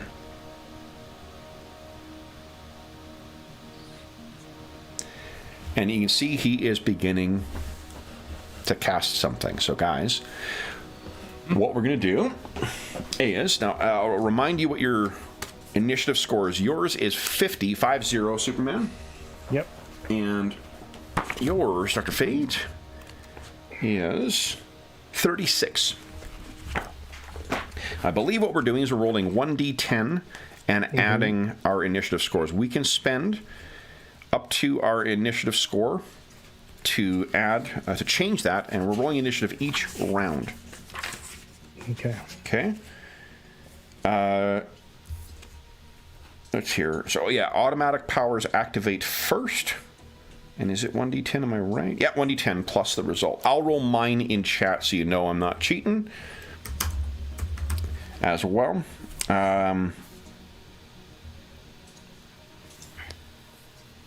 Ooh, I got a 60. Nice. Oh, okay. Yeah, just, if you can put the whole score in. You know, I can actually just, I'll put up a initiative tracker and I'll add you guys in. We'll just change it each turn here. Okay. There's Superman, Dr. Fate, and I don't want to spend anything yet. Okay. Unless I know this guy's super fast. Sure. Might have to, yeah, and I mean, you got super speed, so you, unless he's Kryptonian and likewise has super speed. yeah. My initiative thing says 0. It's because you can't use the initiative tracker. I don't know what's. Yeah, I don't know. It's fucked up on it. You just got to roll 1d10 plus your initiative score plus whatever hero points you're spending. Okay. And what did you say my initiative was? 37. Or 37. So 1d10 plus 37. Okay. And then I'm just trying to make a token for this guy here. Slash roll 1d10 plus fighting 37. So Marvel DC crossover. Yeah, exactly. A little cross stunt casting on the part of the DM. I guess it doesn't add that to the chain, so you'll have to. There you go. Yeah. Should we just type it in manually? What we got? Yeah, actually, that's right. You guys control over your characters. Oh, whoops, 46. Okay, so there's Professor Solomon, and oh, you know what? I can actually if you bear with me 1 second here, I'll set up the task bars or health bars for him too. Yeah, I don't know if he's like super powered, right? He might just be a civilian who's Totally, it's For all I completely know. unknown. Here, let me grab one book here. Actually, I know where the stats that I want. so gotta be like nice. There's my Superman book. Here it is. Awesome. Okay. Alrighty. Here we go.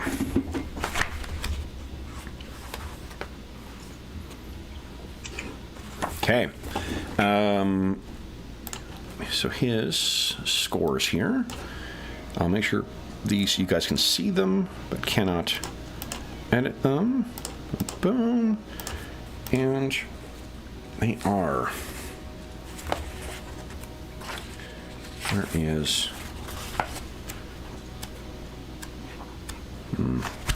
There's an index here. Ah, there is.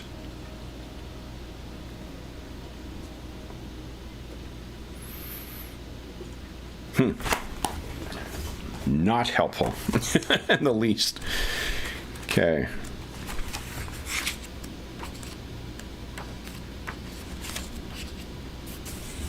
Here we go. All right.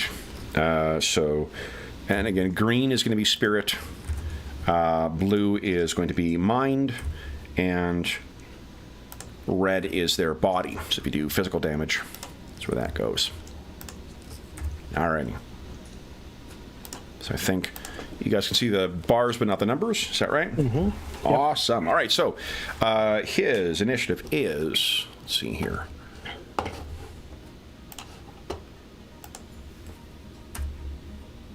And technically you're going to, and actually I'm going to spend some of his hero points to give him a fighting chance against you guys. 51. There you go. Not against Superman, though. All right. Superman, you got one dice action, one non-dice action. So I think my dice action, if he's trying to cast a spell, is to super breath him. Oh, you know what? Hold up. Sorry. What we actually do, I forget. We do it in reverse order. So Dr. Fate, you declare what you're doing for your dice action, non-dice action. Then he does, then Superman does, and Superman takes his action. Okay. Cool. Oh, So before or after we roll initiative, then we declare. Yeah, so it's initiative first to figure out what order it is, so you can actually declare your actions in response to what the others are trying to do. Ah. Okay. So what are you trying to do, Dr. Fate? Well, since well, you said I made the occult roll, so I know he's trying to cast magic. Most definitely, yeah.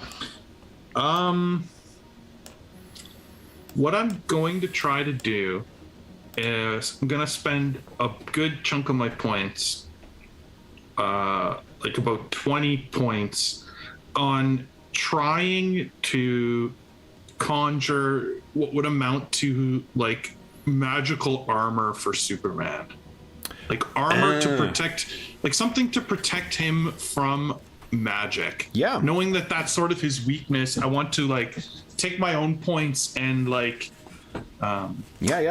sort of encase him in something that would shield him from magic. Okay, so I think that'll be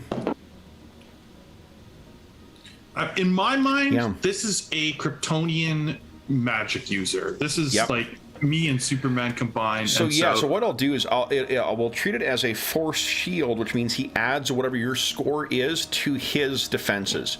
So it'll bump up his before they start suffering the penalty from his susceptibility to magic. Yeah, cool. Okay.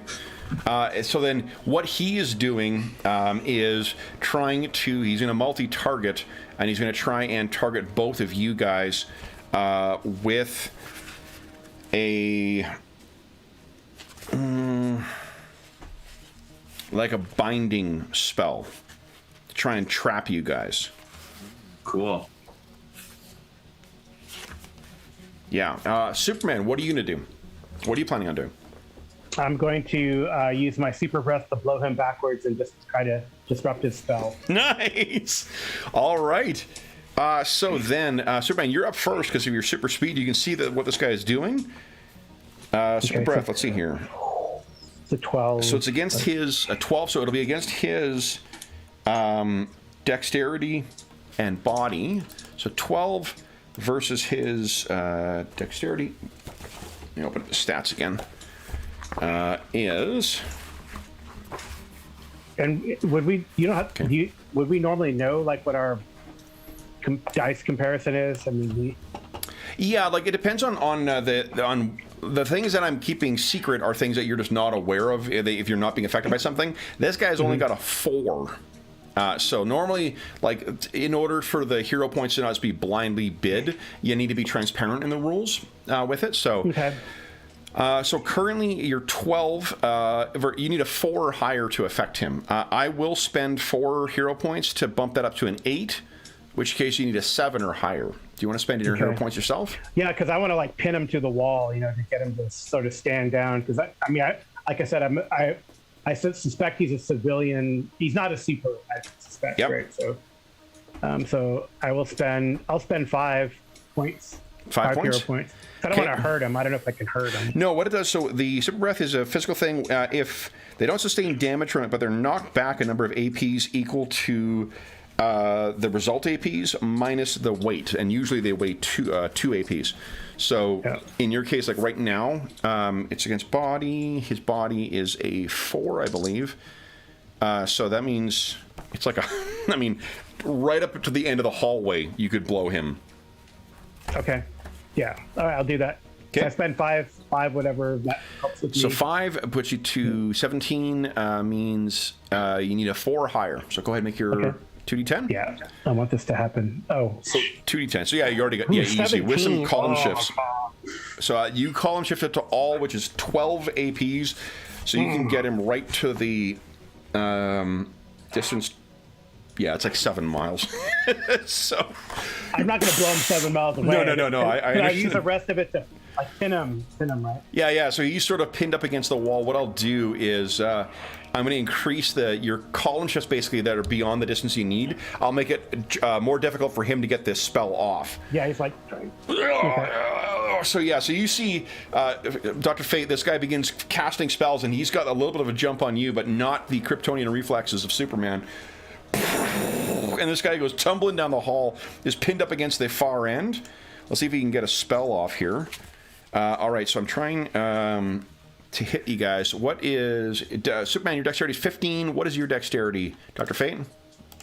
My dexterity, of course. Oh, it's only a 7, so I'm actually pretty easy to hit. Okay. Do you want to spend any hero points on your defenses? So because of our order, do I know what he's doing though? Not really, right? I think you know he's casting a spell. You just don't know what kind yet. Right. So I guess I can't tell you because I'm. Yeah. Yeah. Yeah. I mean, I think at this point, I like realism, and I like the idea that he's hitting me, he's blindsiding me basically with this. So then let's see here. His scores a 15 on this, and then I don't want to get bound, so but he's at a minus. I feel like I already invested points into most definitely. So it's 11 against you, and then he's also trying to target more than one target. So I need a 13 or higher on 2d10. I'm not going to spend any hero points because I'm blowing through them pretty quickly here. I rolled a 16 on you. So, Dr. Fate, what is your strength? Strength is... Oh, wow. It's only a 4. Only a 4. So then it's 15 versus 4. Okay, so he... and there's like a blackish purple kind of like almost like ribbon that what whips out and completely traps you, Dr. Fate. You are completely bound by this thing. Superman, however, your dex is a 15. Yeah, my strength is a 25. Yeah, so it's giving me. I need to try and hit you first though. 15 with mine is an 11, and I got 3, 4. I need a 21 to hit you, so I guess I have to spend some hero points here. So right now, I need a 21. I'm going to spend 6 to get myself down to a 15. Do you want to spend any hero points to get yours up? Even on a hit, it's 15 versus 25. So like, right, yeah. So yeah, let's just go for it. Go for it. Okay. 15. Unfortunately, sometimes extremely confident. So because of the, I think like he gets the one ribbon off, and then as he's trying to conjure the second one, it just disappears. So then that was his Dr. Solomon's actions. Dr. Fate. So let me just check about. Bind. Yeah, I think it's called binding in this. Condition. Let's see here. So one of the unfortunate things is that they do every spell, every power is sort of like a very hyper specialized. It's not like Champions that has like a baseline of things and you build everything off of it. If you have the ability to shoot ice, there is a power called shoot ice in this. So I just need to. Right, like every spell is very specific. Yeah, exactly. Or every thing, and then it's also subcategorized into physical, mental, and mystical powers, and those aren't necessarily always obvious which one falls into what category. Let's see here. You know what? Let me look at quickly the rules for grappling.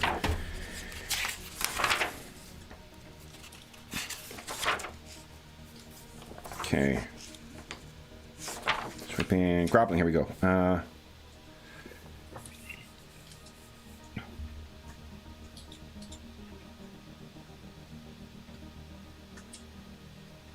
just going to impose a, I think a minus 2 column shift. Let's see here. I don't want to spend too much time looking this up. Let's give you a minus 2 column shift to your actions right now, Dr. Fate, because you're sort of trapped. Dr. Fate, you were casting what again? I can't remember. Well, I was trying to cast a magical armor for Superman. Oh, for Superman. Yes. So let's just... I guess that depends if I'm like trapped now, I think that goes off. I mean, like you're not there's no targeted thing, and it's at a set number, so what does it manifest as? Is there like a big onk that appears across Superman? Yeah, I like the idea. It's like the onk of that he always has sort of flies out and kind of lands on Superman. And then I think similar to the visual thing where, no, it doesn't hit him though. Like it stays maybe. So you know what, Jeff, that you're allowed to have one non-dice action and one dice action in a round. So that could be your non-dice action. You can still take a dice action if you like. And get out like the binding. Yeah, to try to like unbind myself. Yeah. Sure.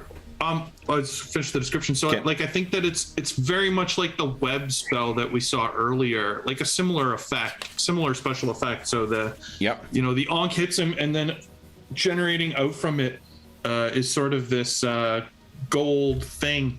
And I think because of his recent learning of the Kryptonese language, that interspersed with the sort of hieroglyphs now are some of the Kryptonese ones that he's sort of woven into it to try and shield him. Okay, awesome.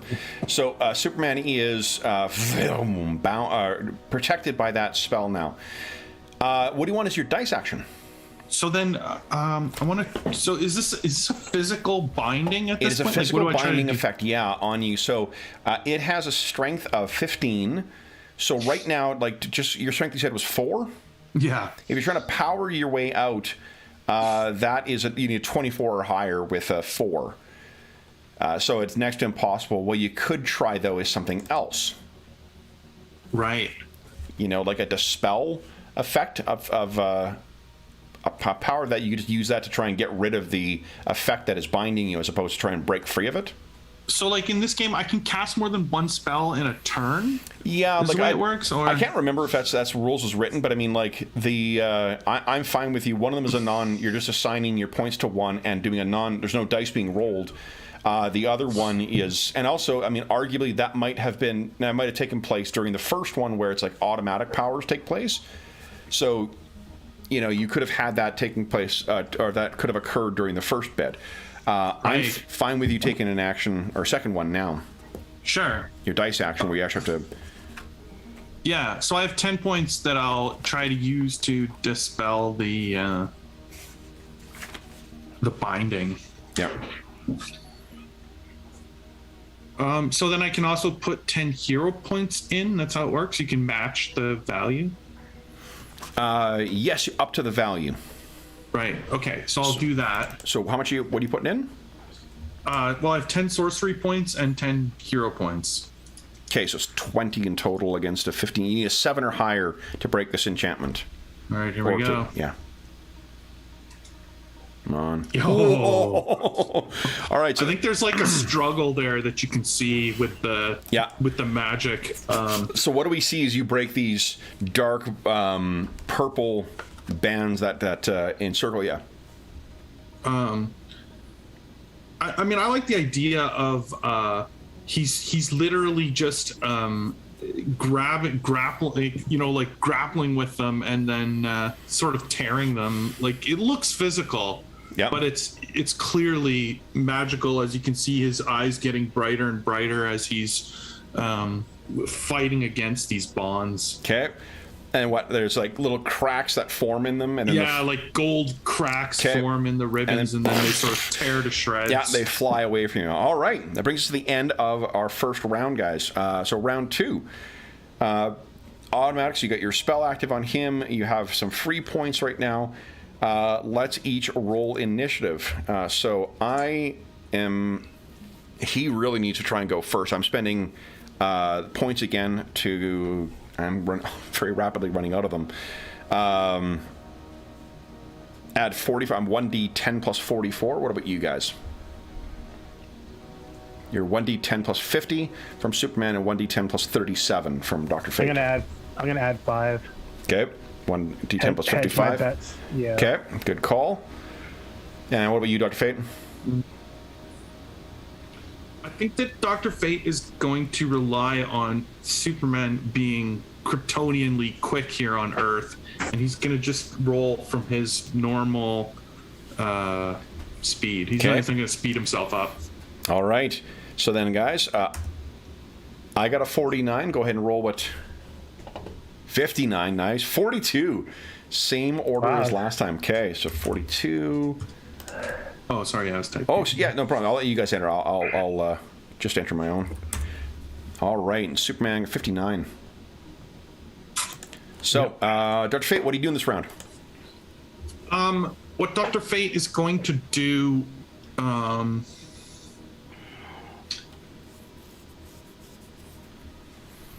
is he's going to cast a spell to let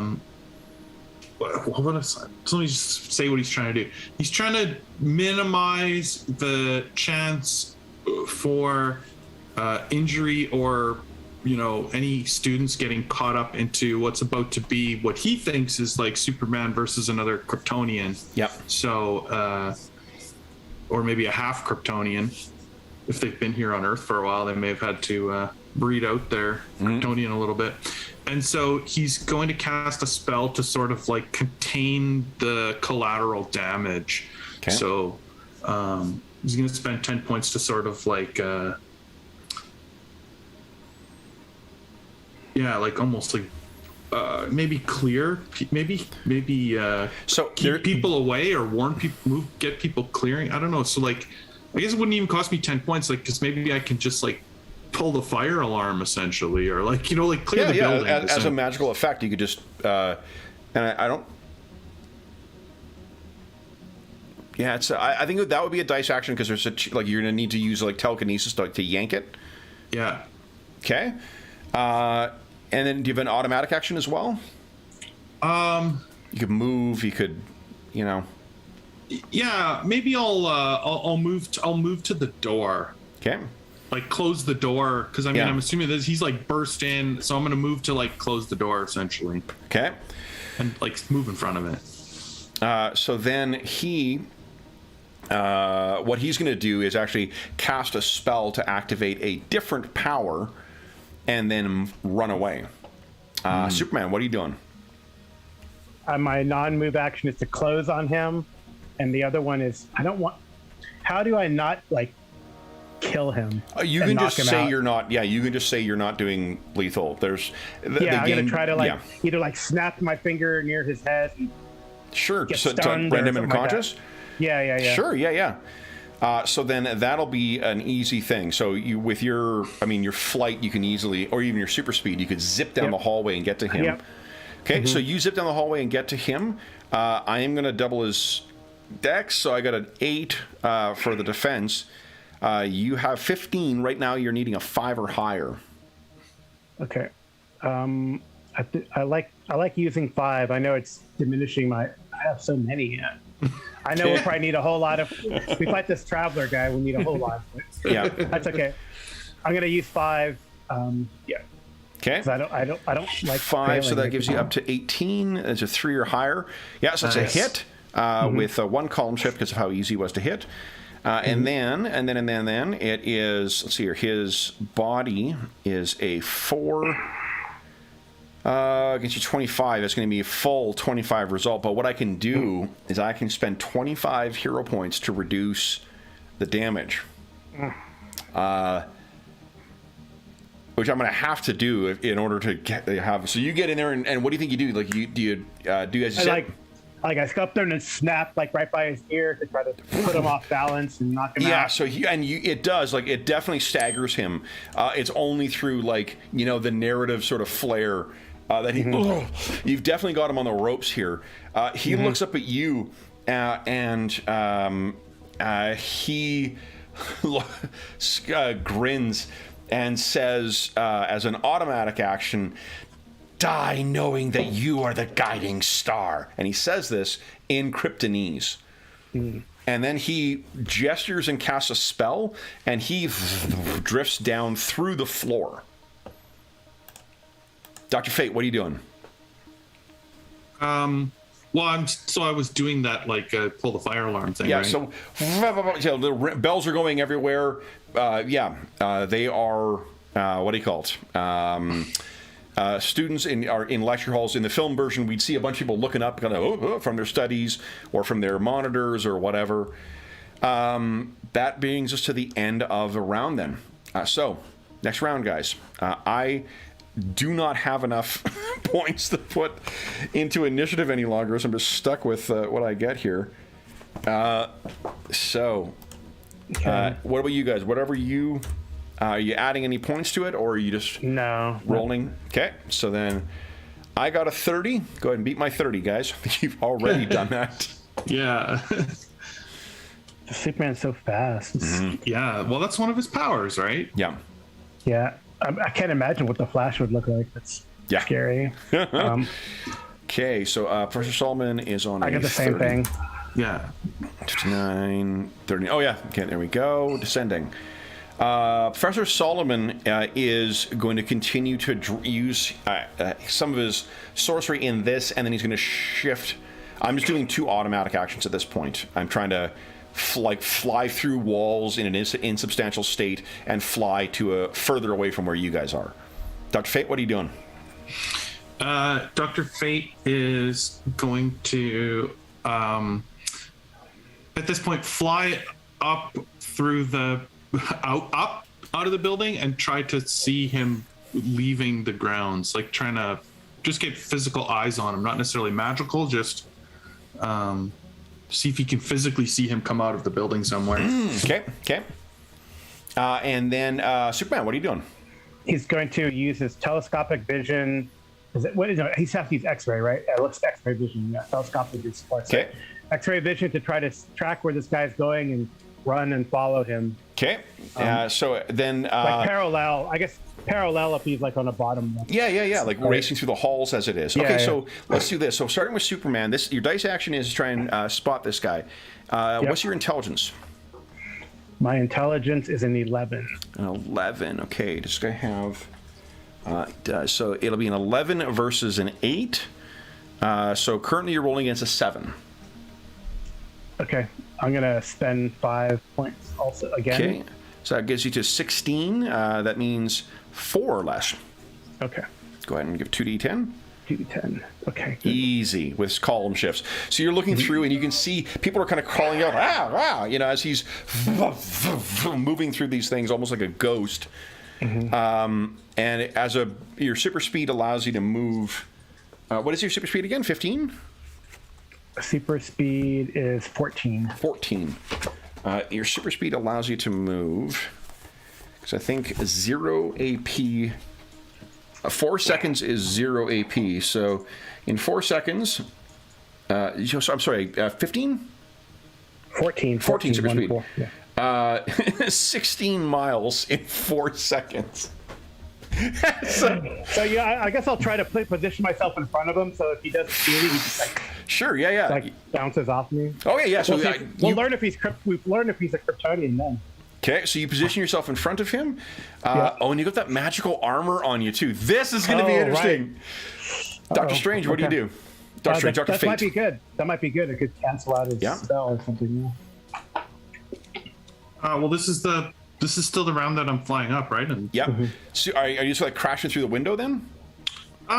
yeah. I don't think at this point. You know what? It's an observatory. It's reasonable to think that straight? it's open. Yeah. Oh, right. Because he was using this thing to like. So how many points communicate do you have in flight right now then? Well, I can spend 10 because I'm still to 10? maintaining this magical armor. I haven't dropped that Yeah, yet. so that's like up to a mile in 5 seconds. So Yeah, so Yeah. I'm sort of like flying around. Sure. So for this one, it's going to be an 8 to start with because of his sneakiness, but then I'm going to give 2 column shifts because you're trying to like gauge from the reactions of people. I don't think you can actually see him. So you're effectively rolling against an 11 or a 12 right now. Okay. What's your intelligence? 13. 13. Right now it's a 9 or higher. You want to spend any points? No, I'll just try and visually Try and roll. find Okay, him right you got it. Yeah. Let's see here. No. Can't see him. What the hell is he? All right. Then on Professor Solomon's turn, he's racing through these things. Whoa, whoa, whoa. And then comes out into the hallway as Superman suddenly appears in front of him. So his speed would have been a 10. So let's see here. A 10 versus his body would be 6. It would knock him clean unconscious. Let's see here. I think I don't have. Does not have invulnerability, so he comes flying through. But because he would have passed right through you, Superman, would it not be for the specific magic armor you've got? He slams into you, moving as if he was at like a full Olympic sprint, and then just crumples to the ground, unconscious and corporeal once again. Oh. The way he hit you, it does not seem like he is Kryptonian. You've been hit by Zod before, and Right. Jax this is not, this is definitely not a Kryptonian. So, Good to know. I think Dr. Fate, he's going to be unconscious for a while now, so it doesn't take much time for you to figure out where Superman is, and you see him standing, with the unconscious form of Professor Solomon at his feet. What do you guys do? I like this this barrier that you created, Kent. It worked. I think we should bind him, make sure he can't test magic. We need to ask him questions. I'm not good at that stuff.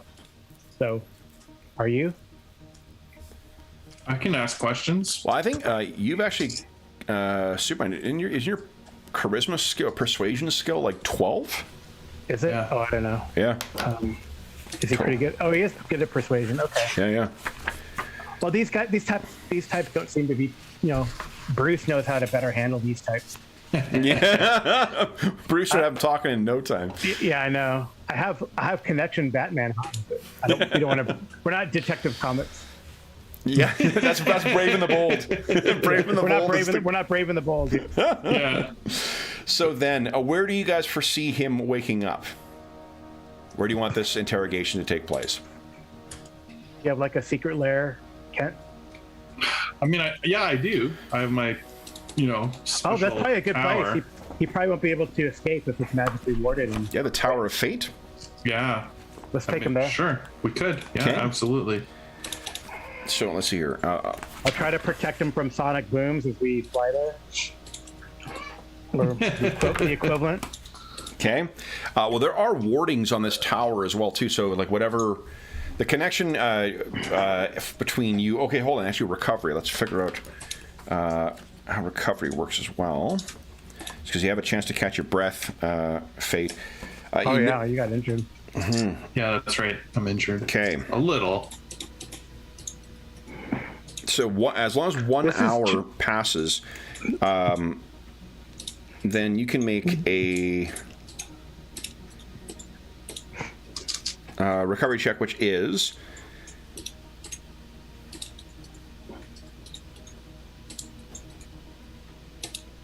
your current. It's an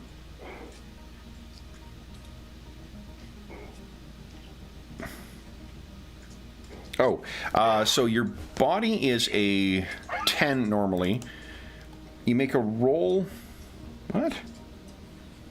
Oh, okay. Hold on. So what is your current body? 2? 2. Yeah, my current Okay, so is it's 2. 10 versus 2. So it's a 4 or higher you need. Yeah. Go make a dice roll. Okay. 11. Nice. Okay, so 1 column shift. And then resistance 10 versus 2 is 8 with 1 column shift means that you recover all your lost body. Just catch your breath. Nice. Okay. So, Sorry, I need 1 second to just run to the washroom. yeah, of course.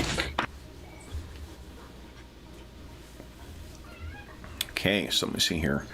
We transport now to the Tower of Fate. I'll move us maybe. Let's go to that creepy. The surface of Krypton once again. Bring you guys over there. All right.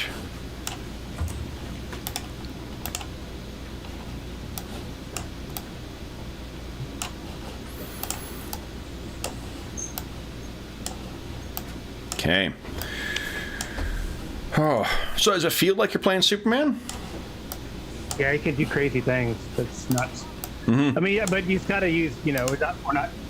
I figure there's no hold punches against like this guy's boss, but against the civilian. Yeah. I guess that's the fun part, and I think unfortunately a lot of players they don't buy into like a comic book genre in that regard. They always want to, and that was kind of like I loved Hero System, and some players got it and some didn't. And there's I think something that unfortunately derailed when I was branding champions was, it was one player. So one player they were fighting like this group of mentalists, and the mentalists were taking possession of like college kids. But Yeah. this one player like annihilated. I said, "You gonna pull your punch because this guy's possessed?" And the guy said no. And he annihilated like a poor college kid. So of course the authorities are gonna come down on him. And the thing, I guess the great thing was, well, the good thing is that all the other players were like on my side. These are the repercussions. But like, what are you doing? Yeah, no kidding. Yeah, like you definitely, if you're playing a superhero game, you need to be on the same page with like, this is how the world's going to react to how you, Yeah, clearly Superman can melt this guy's brain, but he's not. But he's not like, that's not what the, there will be challenges that will allow you to do that kind of stuff or whatnot. But the fun, I think the fun part of playing superhero games 100%. is really buying into those disadvantages. Yeah, well, in the creative, it's been cool. I was just asking Carl Jeff about whether it felt like playing Superman, and he was saying, I got it's super breath, super speed.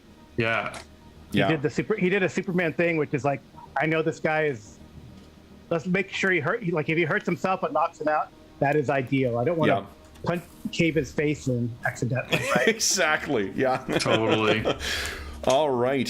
So then, Dr. Fate, this is your abode. Where do we think we see this guy? Let's see. So I'll tell you about one other neat mechanic they've got in the game too, and then just they'll give you an opportunity to add some mechanical heft to this.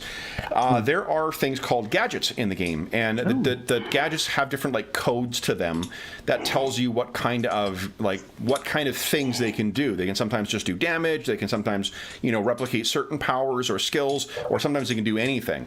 It's to reflect, like, the Batman utility belt. Like, a fucking huge list of all the things that are in there. He has Omni gadgets that when you trigger them, then we know what they are, but you can only use a certain amount per time. I think there's at least one Omni gadget tied into the tower that will be independent of your spells. What do you think that is? And you don't need to take advantage of this for him, but if you like to try and bind him or whatever else, but if you want to do that, I'd love to hear about it. Well, I honestly think that the gadget that's built into the tower is exactly what you alluded to at the beginning of the session, which is just sort of like a mind-affecting thing of those around it to just treat it like a plain Jane brick and mortar house and not think of it as a mystical tower. Yep.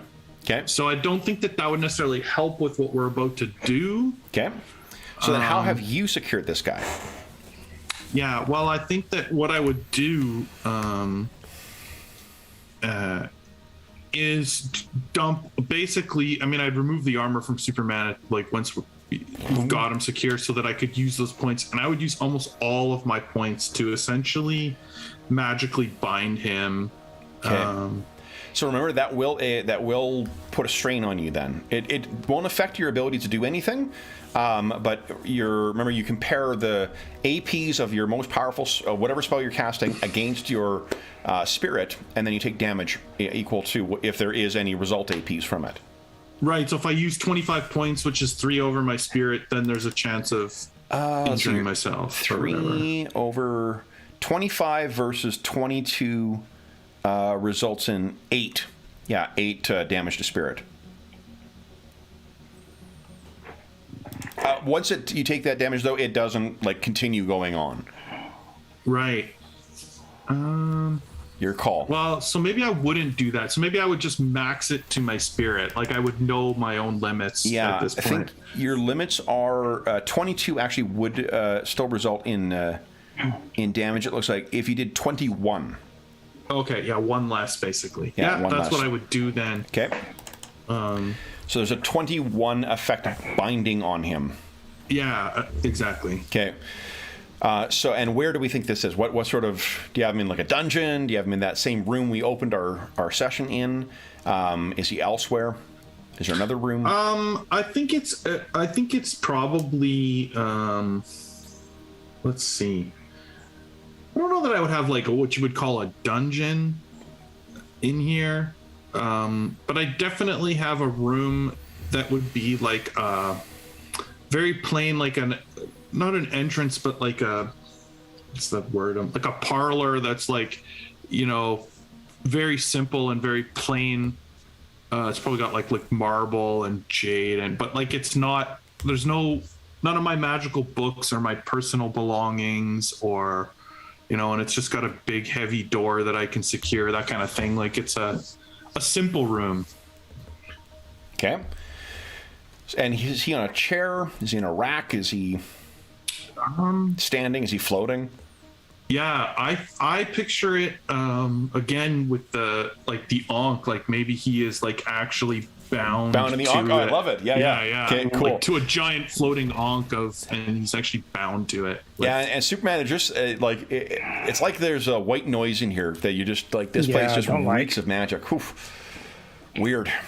So then this guy slowly sort of his eyes flutter, and he once again regains consciousness, and his eyes open and he looks around, then sees the two of you, and he gets a look of like a smirk on his face.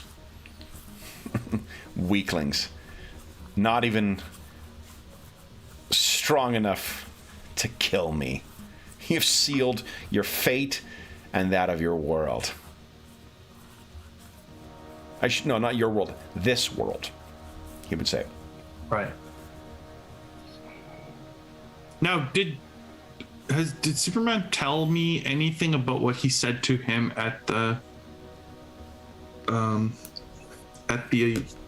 Yeah, well, he said it in Kryptonian, right? Yeah, I told him that he says that this guy's coming, but it seems to be an ancient relative of mine, and he is going to be the one to take over this world.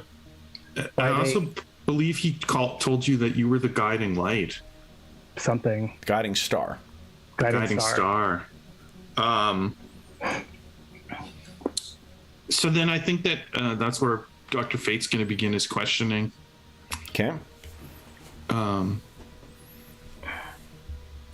Is Kal-El the beacon with which this traveler steers his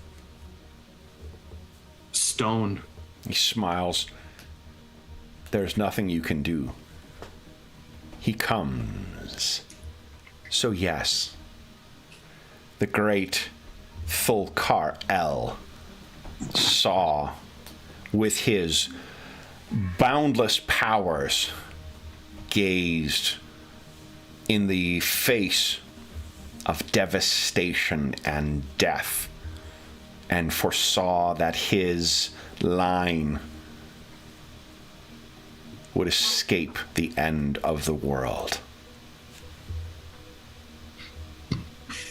You sort of recognize, Dr. Fate, that there is such a thing as oracular magics, things that see the future. Right. So how do you fit in? I am. Yeah. What's with the telescope? I am a disciple. Me and my kind. We are the sages of Jan. And Dr. Fate, why don't you give us a... so this is going to be an occultism check. I think it'll be about, let's say 12. These guys are quite secretive. But you are very well versed. You got occultism 16, right? Yeah. So it's 7 or higher right now. Yeah, I'll roll on that. Okay. 12, is that your roll? Yeah. Oh, nice. Okay, yeah. So there is... You've heard of the Sages of Zan. They're spread across the world. Like they're a very, very old secret order, but they're a dime a dozen kind of, they tend to stay within their families, and they are a generational kind of... They're like a doomsday cult, almost. Mm-hmm. And I'll give you the proper Kryptonian. Kal-El. Oh, they said F. Okay. Yeah. And L, of course, is your surname. Yeah. Right. He comes. Through genius, he saw the future of his line and followed it as a ship being called back to port. You, Kal-El, you are the lighthouse calling home the doom of all. And what sort of dawns on you, Dr. Fate, is that if this guy has had time to build that that apparatus and the building and all the stones and whatnot to like there may be others on the planet other sects of the sages of Jan that could mention that. If he mentions Jan too, once again, Superman, you know that there's that ancient city of Jan that's said to have like a sketchy reputation from Krypton. Yeah. How the hell did a Kryptonian cult end up here? And from what Dr. Fate knows, dates back 1,000 or 2,000 years. Right.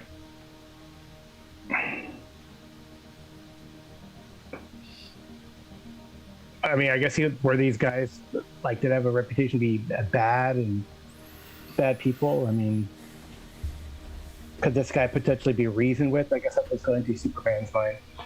Okay. I mean, he's an ancestor, right? So relative, even. You are soft. He is the traveler is a man of will. Across centuries he has traveled. On poisoned earth he made his vessel. And he comes. How far out, Superman, did you say that celestial object was? Yeah. It'll pass by probably in about a month's time, if it follows the trajectory that it is. But you do know that a month ago, it was nudged closer to the solar system. Right. I mean,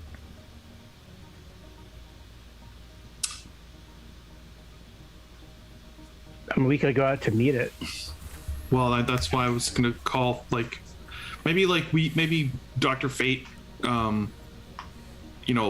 does a slight modification to the magic and silences the spot he's in so that we can speak freely or whatever. Oh, for you guys. Yeah. Okay. Yeah. And I move so that Superman's not facing him, so he can't see his face, because he can't see my face because I have a helmet on. A spell of telepathy would be equally as effective. Oh yeah, I have telekinesis as telepathy. That's telekinesis. I need telepathy. Yeah, and I would just say, he may not. Your great ancestor may not have had a chance to absorb the rays of our yellow sun yet, and we may have an advantage if we were to race out into space and confront him before that can happen. How long can you maintain your strength when cut off from the sun? Is it instantaneous, or is it so long as where this thing is in the solar system at present? So I mean, it's not yet visible to the naked eye, right? But it's still getting the rays. It's just and the closer he gets, at a distance. What you're thinking as well, Superman, is the prospect of someone with the Kryptonian powers and the conquering mentality of Zod, but with Dr. Fate's magics. Right. Dr. Fate's not wrong. The closer he gets, the more he sucks up, the more powerful he's going to become. Right. And if we were to fly out and confront him, and I was to use my magics to block the sun's rays from him while you confronted him, our combined power and keeping the yellow sun out of the equation. What he could do too, Superman, is the exposure to the red rays. If he used magic to transform it into to the light from yellow to a red sun, it would rob both of you of your superpowers. Right. Then you would just be dealing with an ancient magician. That's an idea too. Well, and I guess what I was trying to say is essentially building a lens or a magical lens where I'm shining a red spotlight on him to allow Superman to not lose his, you know what I mean? A focused attack, using our knowledge. Our knowledge of where Superman draws his powers to sort of make a red lens spotlight or whatever you want to think of it to or change the frequency of the light towards that's hitting him so that you could deal with your super speed and your super strength, with your your superpowers, you could incapacitate him as quickly as you incapacitate a normal man. So one difficulty is that the Superman will be aware of. Remember that thing? It did not give off the same radiation that green kryptonite gave off, but it did seem to have some kind of kryptonite radiation coming from it. Right. It seems to. Yeah, I explained that to Dr. Fleet. I mean, I guess I could check in with I was sending it to more study to the computers at the fortress. Yeah, they may be able to detect or determine what it is. Yeah. And how we can confront it. It's another complication. Yes, it is another complication. And you said it is not green. Like, so how many types of kryptonite are known to this Superman and this Dr. Fate at this point? Well, I, being a big fan of the Silver Age content, yeah, it's gonna say there's a lot. Let me quickly give you a list here. I'm grabbing my. No, I get it, but like, are we aware of a bunch of them, or have we only experienced green? Or Superman is definitely. Let's see here. Kryptonite. Green for doesn't one of them make you evil? That's red. Red can do that. Red one. So kryptonite that you're aware of here, let's see here. There is red kryptonite, which is a lethal exposure. There's red kryptonite. So green kryptonite is a lethal. Red kryptonite is a very, very unpredictable thing. It does all the bizarre things. Turn Superman into a bug, make him evil, make him 30 feet tall, you know. Blue kryptonite, which is lethal to Bizarro. Gold kryptonite, which robs Kryptonians of their powers permanently. Crystalline or white kryptonite, that is lethal to plant life. White kryptonite, jewel kryptonite, is said to absorb or increase mental powers, allowing Phantom Zone inhabitants to act outside. And then I think I've covered them all, right? Blue, red. Oh, and the X kryptonite, a rare isotope that grants Kryptonian powers temporarily to Earth beings. Interesting. So those are the known varieties. Yeah, I feel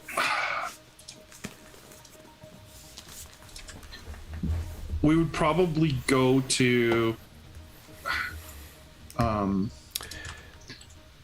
Now, fortress to try to learn something about this. Superman, one of the things that you are friends with Hawkman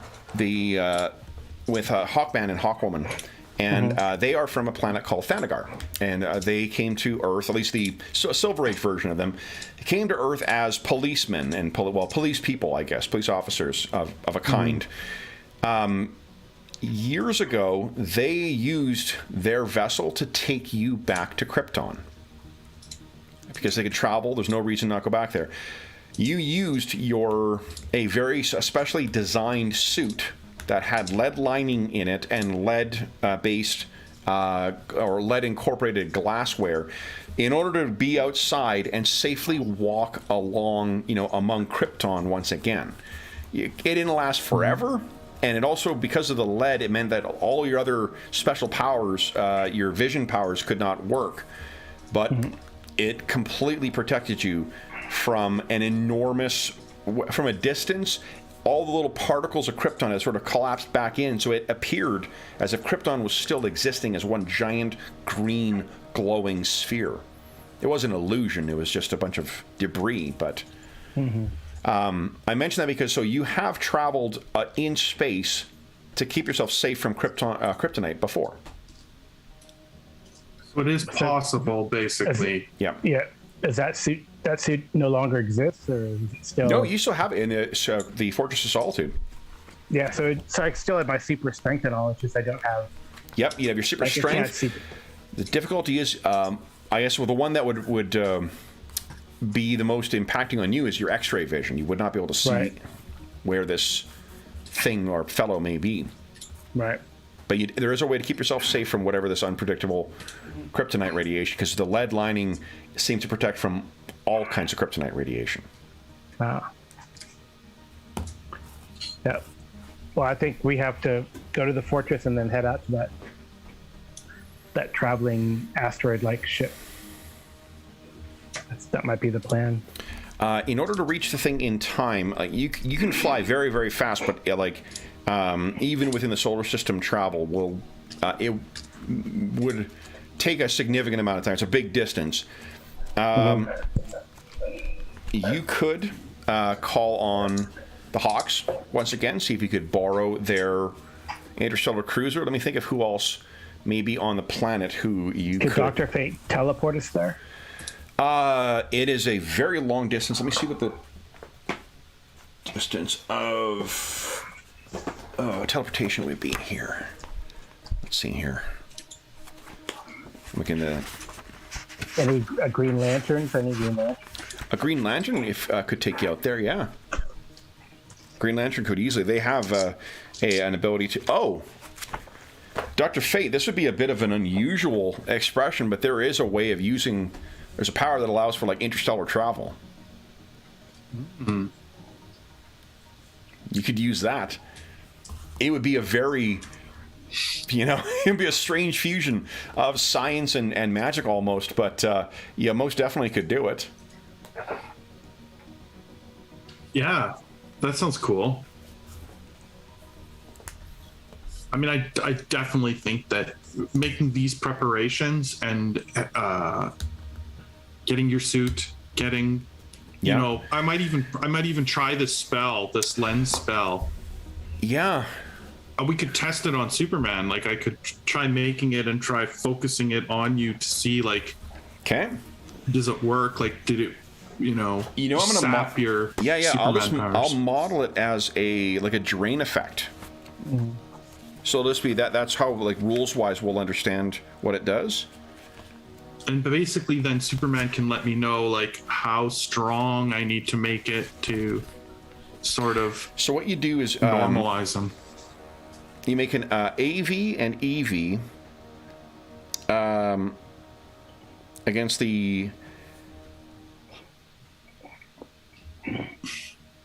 Dex or Bod if it's a physical power, Intermind. So if you're trying to, like, sap the strength, if that's the big concern, you'd be making the attack value and effect value would be the number of points you put into it. Their resistance would be their Dex or body. Superman's is Dex is 15, body is 18, but he's quite exceptional for Kryptonians. And this guy has not had as much time to sap up, so you can probably assume it's like a 13 and a 16. Yeah. So 13 and 16, if you put, say, 20 points, or 21. 21 is your max without hurting yourself. 21... grants you, and I guess one thing to mention, once you activate the spell, that's what costs the points. It doesn't cost you every time you use it. So if you say wanted to make a 30-point power drain, you'd suffer that 8 points of damage to your spirit, but you could use that every round then if you wanted. But that means all of your power points are into that. Nothing like life support or whatever else would be in it. No. So that's where I would probably have to do some compromise. Okay. Mm-hmm. So, 21 versus 13, you'd have to a hit or successful drain would be on a 7 or higher without any points spent. And then a 15 versus his 16 would 15 versus 16 drains nothing. So you would have to have to even start draining strength, you would need to have a more powerful. Oh wait, you said 21. 21 versus 16 is a 6. You'd start sapping his strength at a 6, assuming that similarly he's a little less strong than what Superman is. Yeah. That brings it down from a 23 down to a 17, which is still like crazily superhuman strong, but much weaker. And you could repeat that each round as you're exposing him to it. Right. So on average, that means it's like 6 rounds to reduce him to the point where he's just human. Right. Well, in the first round or two, like essentially applying it to his vessel, it might take him a second to notice that, you know what I mean? Like if you're essentially that this is happening, right? Like you create this red lens and all of a sudden it's like he's not in the yellow sun. Yep. You might get a couple of rounds of surprise to begin weakening him before he's like, what the hell's going on? You know, I feel different. Okay.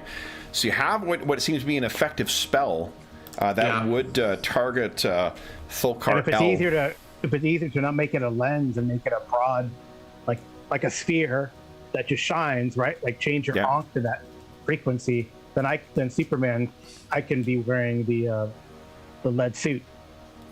Yeah, but this will still affect you, won't it? No, the way you can make it precise enough so it's just targeting him. Effectively, imagine like a little in the similar like armor that you cast on Superman. So if you can see him, you could just protect from the weird kryptonite on that meteor. Right. Yeah. The suit is to protect from whatever kryptonite his ship has on it or is made of. For all we know. You saw him living underground or walking through an underground passage, so it's as if he's been traveling inside of that. Yeah, exactly. He's somewhere inside of that thing. Okay. So, with Professor, what do you want to do with Professor Solomon then? I guess if you guys... Is there a magical prison? There is, I mean, there are, like... magical dimensions that Naboo will happily take him, but it means, it'll be, he ain't coming back then if he's a servant of chaos or is seen as one. If you want him as a proper, like in proper prison as it were, I think there's a way of transporting him over. What do you think, Dr. Fate? This guy has transgressed against mystical laws, as it were. Yeah, according to just a little bit of what I see here, because I have this ability of connection, mystical community, and the Lords of Order. So there must be rules to follow of so some incarceration or that's whatever. A good question. You know what? Lords of Order might have something. If you don't want to turn it over to the Lords of Order, because it'll be pretty serious, like this guy's really fucked, and it's up to you. I mean, this guy is definitely, he's trying to bring about the end of the world, and Lord knows but there's no evidence yet that he's a murderer. And, in fairness, this guy, he grew up in a generational cult. He would have grown up and been bred for this shit. He's an adult right now, but I mean, this is a whole group of humans that have been brainwashed by or sworn, tricked into the service of this Kryptonian wizard. Well, and there may be methods then to begin working on seeing the real danger of what we thought was this little generational cult, but using magic and insider to work on him to gain more information to start to break this thing down, right? Yeah. Oh, definitely. So because of that, the reason I ask is you're kind of loath to contact him again, but John Constantine could take this guy into custody, or Zatanna. Zatanna she has been a member of the Justice League, and Zatanna is a very capable wizard. Yeah, probably that's what I would do then. Yeah. Constantine is a little less reliable. You'd almost be safer giving him over to the Lords of Order as opposed to him, but... Yeah, I think it would be... To Zatanna? Yeah, Zatanna. Okay. So she arrives, still dressed in her... do you guys both know who Zatanna is? Yeah. Yeah, okay, great. Yeah. She dresses... Well, that was her classic costume is a magician thing, but I thought they changed it lately. They've changed it up to a couple different things. Like there was the one that was in the 70s and 80s too, with the red, the more superhero looking thing. She's got a red headband kind of thing on. That's the one I when I was a kid that she had. But I like her stage magician kind of outfit as well. I think that's probably what she appears in. She's in the middle of sort of a show. Nelson, I got your message, and you really couldn't have been. Oh, and she looks at this man hanging, silenced on the Ankh. Who's this? Oh, Cal? Well, or Superman? name is Howard Solomon. He's a member of we've recently Kryptonian discovered... doomsday cult. It's almost laughable. She nods right? like it's something she hears every day. She's like, all right. Sorry, Kent. I had to blurt it out. Yeah. It is mind-boggling. Yeah. It is an ancient relative of Kal-El's. A powerful sorcerer from the planet of Krypton foresaw the disaster and his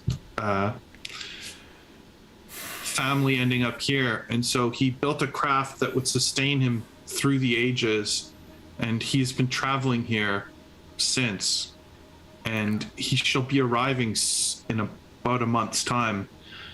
We have planned some preparations for how to deal with him, but we need to deal with Mr. Solomon here first. I was hoping you could help us out. With Solomon or with the ancient cult. Kryptonian space wizard? Well, both if you're willing. I can. Well, I can take care of your Professor Solomon here, and he kind of. Oh, I can keep him out of trouble in the interim, and I'll speak to some people and see if I can't find more about this Temple of Jeanne. Jason Blood owes me a favor, and I'm certain we can get him space rocks and with ancient wizards on them, though. She looks at you, Superman. I'm afraid those days are behind me, Superman. I will keep an eye on him, and I'll look in on this cult of yours. Anything else I should know, Nelson? That's everything. Then? he talks a lot. The Solomon. Oh, and she sort of, she says something in reverse once again, because that's, of course, how she casts all her magic, right? I'm not going to take the time to write that out and read it backwards. But she says something, and there's like a magical zipper that appears and across his face. And she says, I think we can make him at least quiet house guest for the time. Good Perfect. luck to both of you.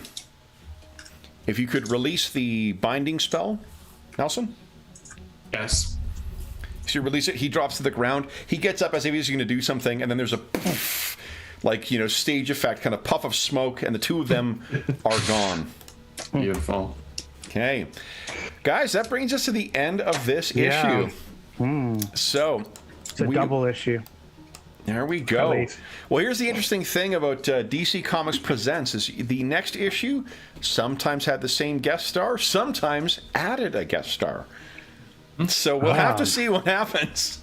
But Yeah, if we recruit Hawkman and Hawkgirl, right? yeah, the Hawks could definitely, it would definitely be helpful here, as well as there's a whole panoply of characters. Yeah. But, so Green Lantern. any Green Lantern would be of an extraordinary help here, except for perhaps Guy Gardner, which would make it all the better because he's a jerk. So anyway. For those listening at home, thank you so much for joining us for our issue, or one-shot issue of DC Comics Presents using Mayfair's DC Heroes role-playing game. As is always the case, if you have any comments, questions, or concerns regarding the session, the game, or I guess the issues or the series we're playing here, please do not hesitate to leave a comment in the comment section below, and we'll endeavor to reply in a timely fashion. In addition, you can find a link down below to the Dungeon Musings Discord server, where we have channels dedicated to, well, we don't have one for this game, but we have one for most games we run on the channel, as well as an assorted games channel that I'm sure we would be more than happy to chat about DC Heroes at your leisure. There's also a bunch of other great channels and a bunch of great people, so you are more than welcome to join the community over there. The last thing I want to say is a huge, huge thank you to Carl and Jeff. We found ourselves this afternoon without the ability to go forward with our Starfinder game as planned, and it was only like 10 minutes before the session started that I let the guys know what we were playing tonight, and you guys not only fucking killed it playing heroes that you you did not know you were playing or were not familiar with, in a game you were not familiar with, and you guys played the shit out of them. So thanks so much for a great session, guys. It was fun. Yeah, it's very fun. Thank you. Awesome. All right, then. So for those listening at home, we will be back next week with our regular heroes on Suskalon. as part of our Attack of the Swarm Starfighter campaign. But until then, we hope that we've given you a few hours to take your mind off of the troubles of our world and see what the troubles on the DC Earth are finding. I mean, Kryptonian space wizards, come on, it's just another day at the job, right? Until we see you again, stay safe, stay healthy, and happy gaming.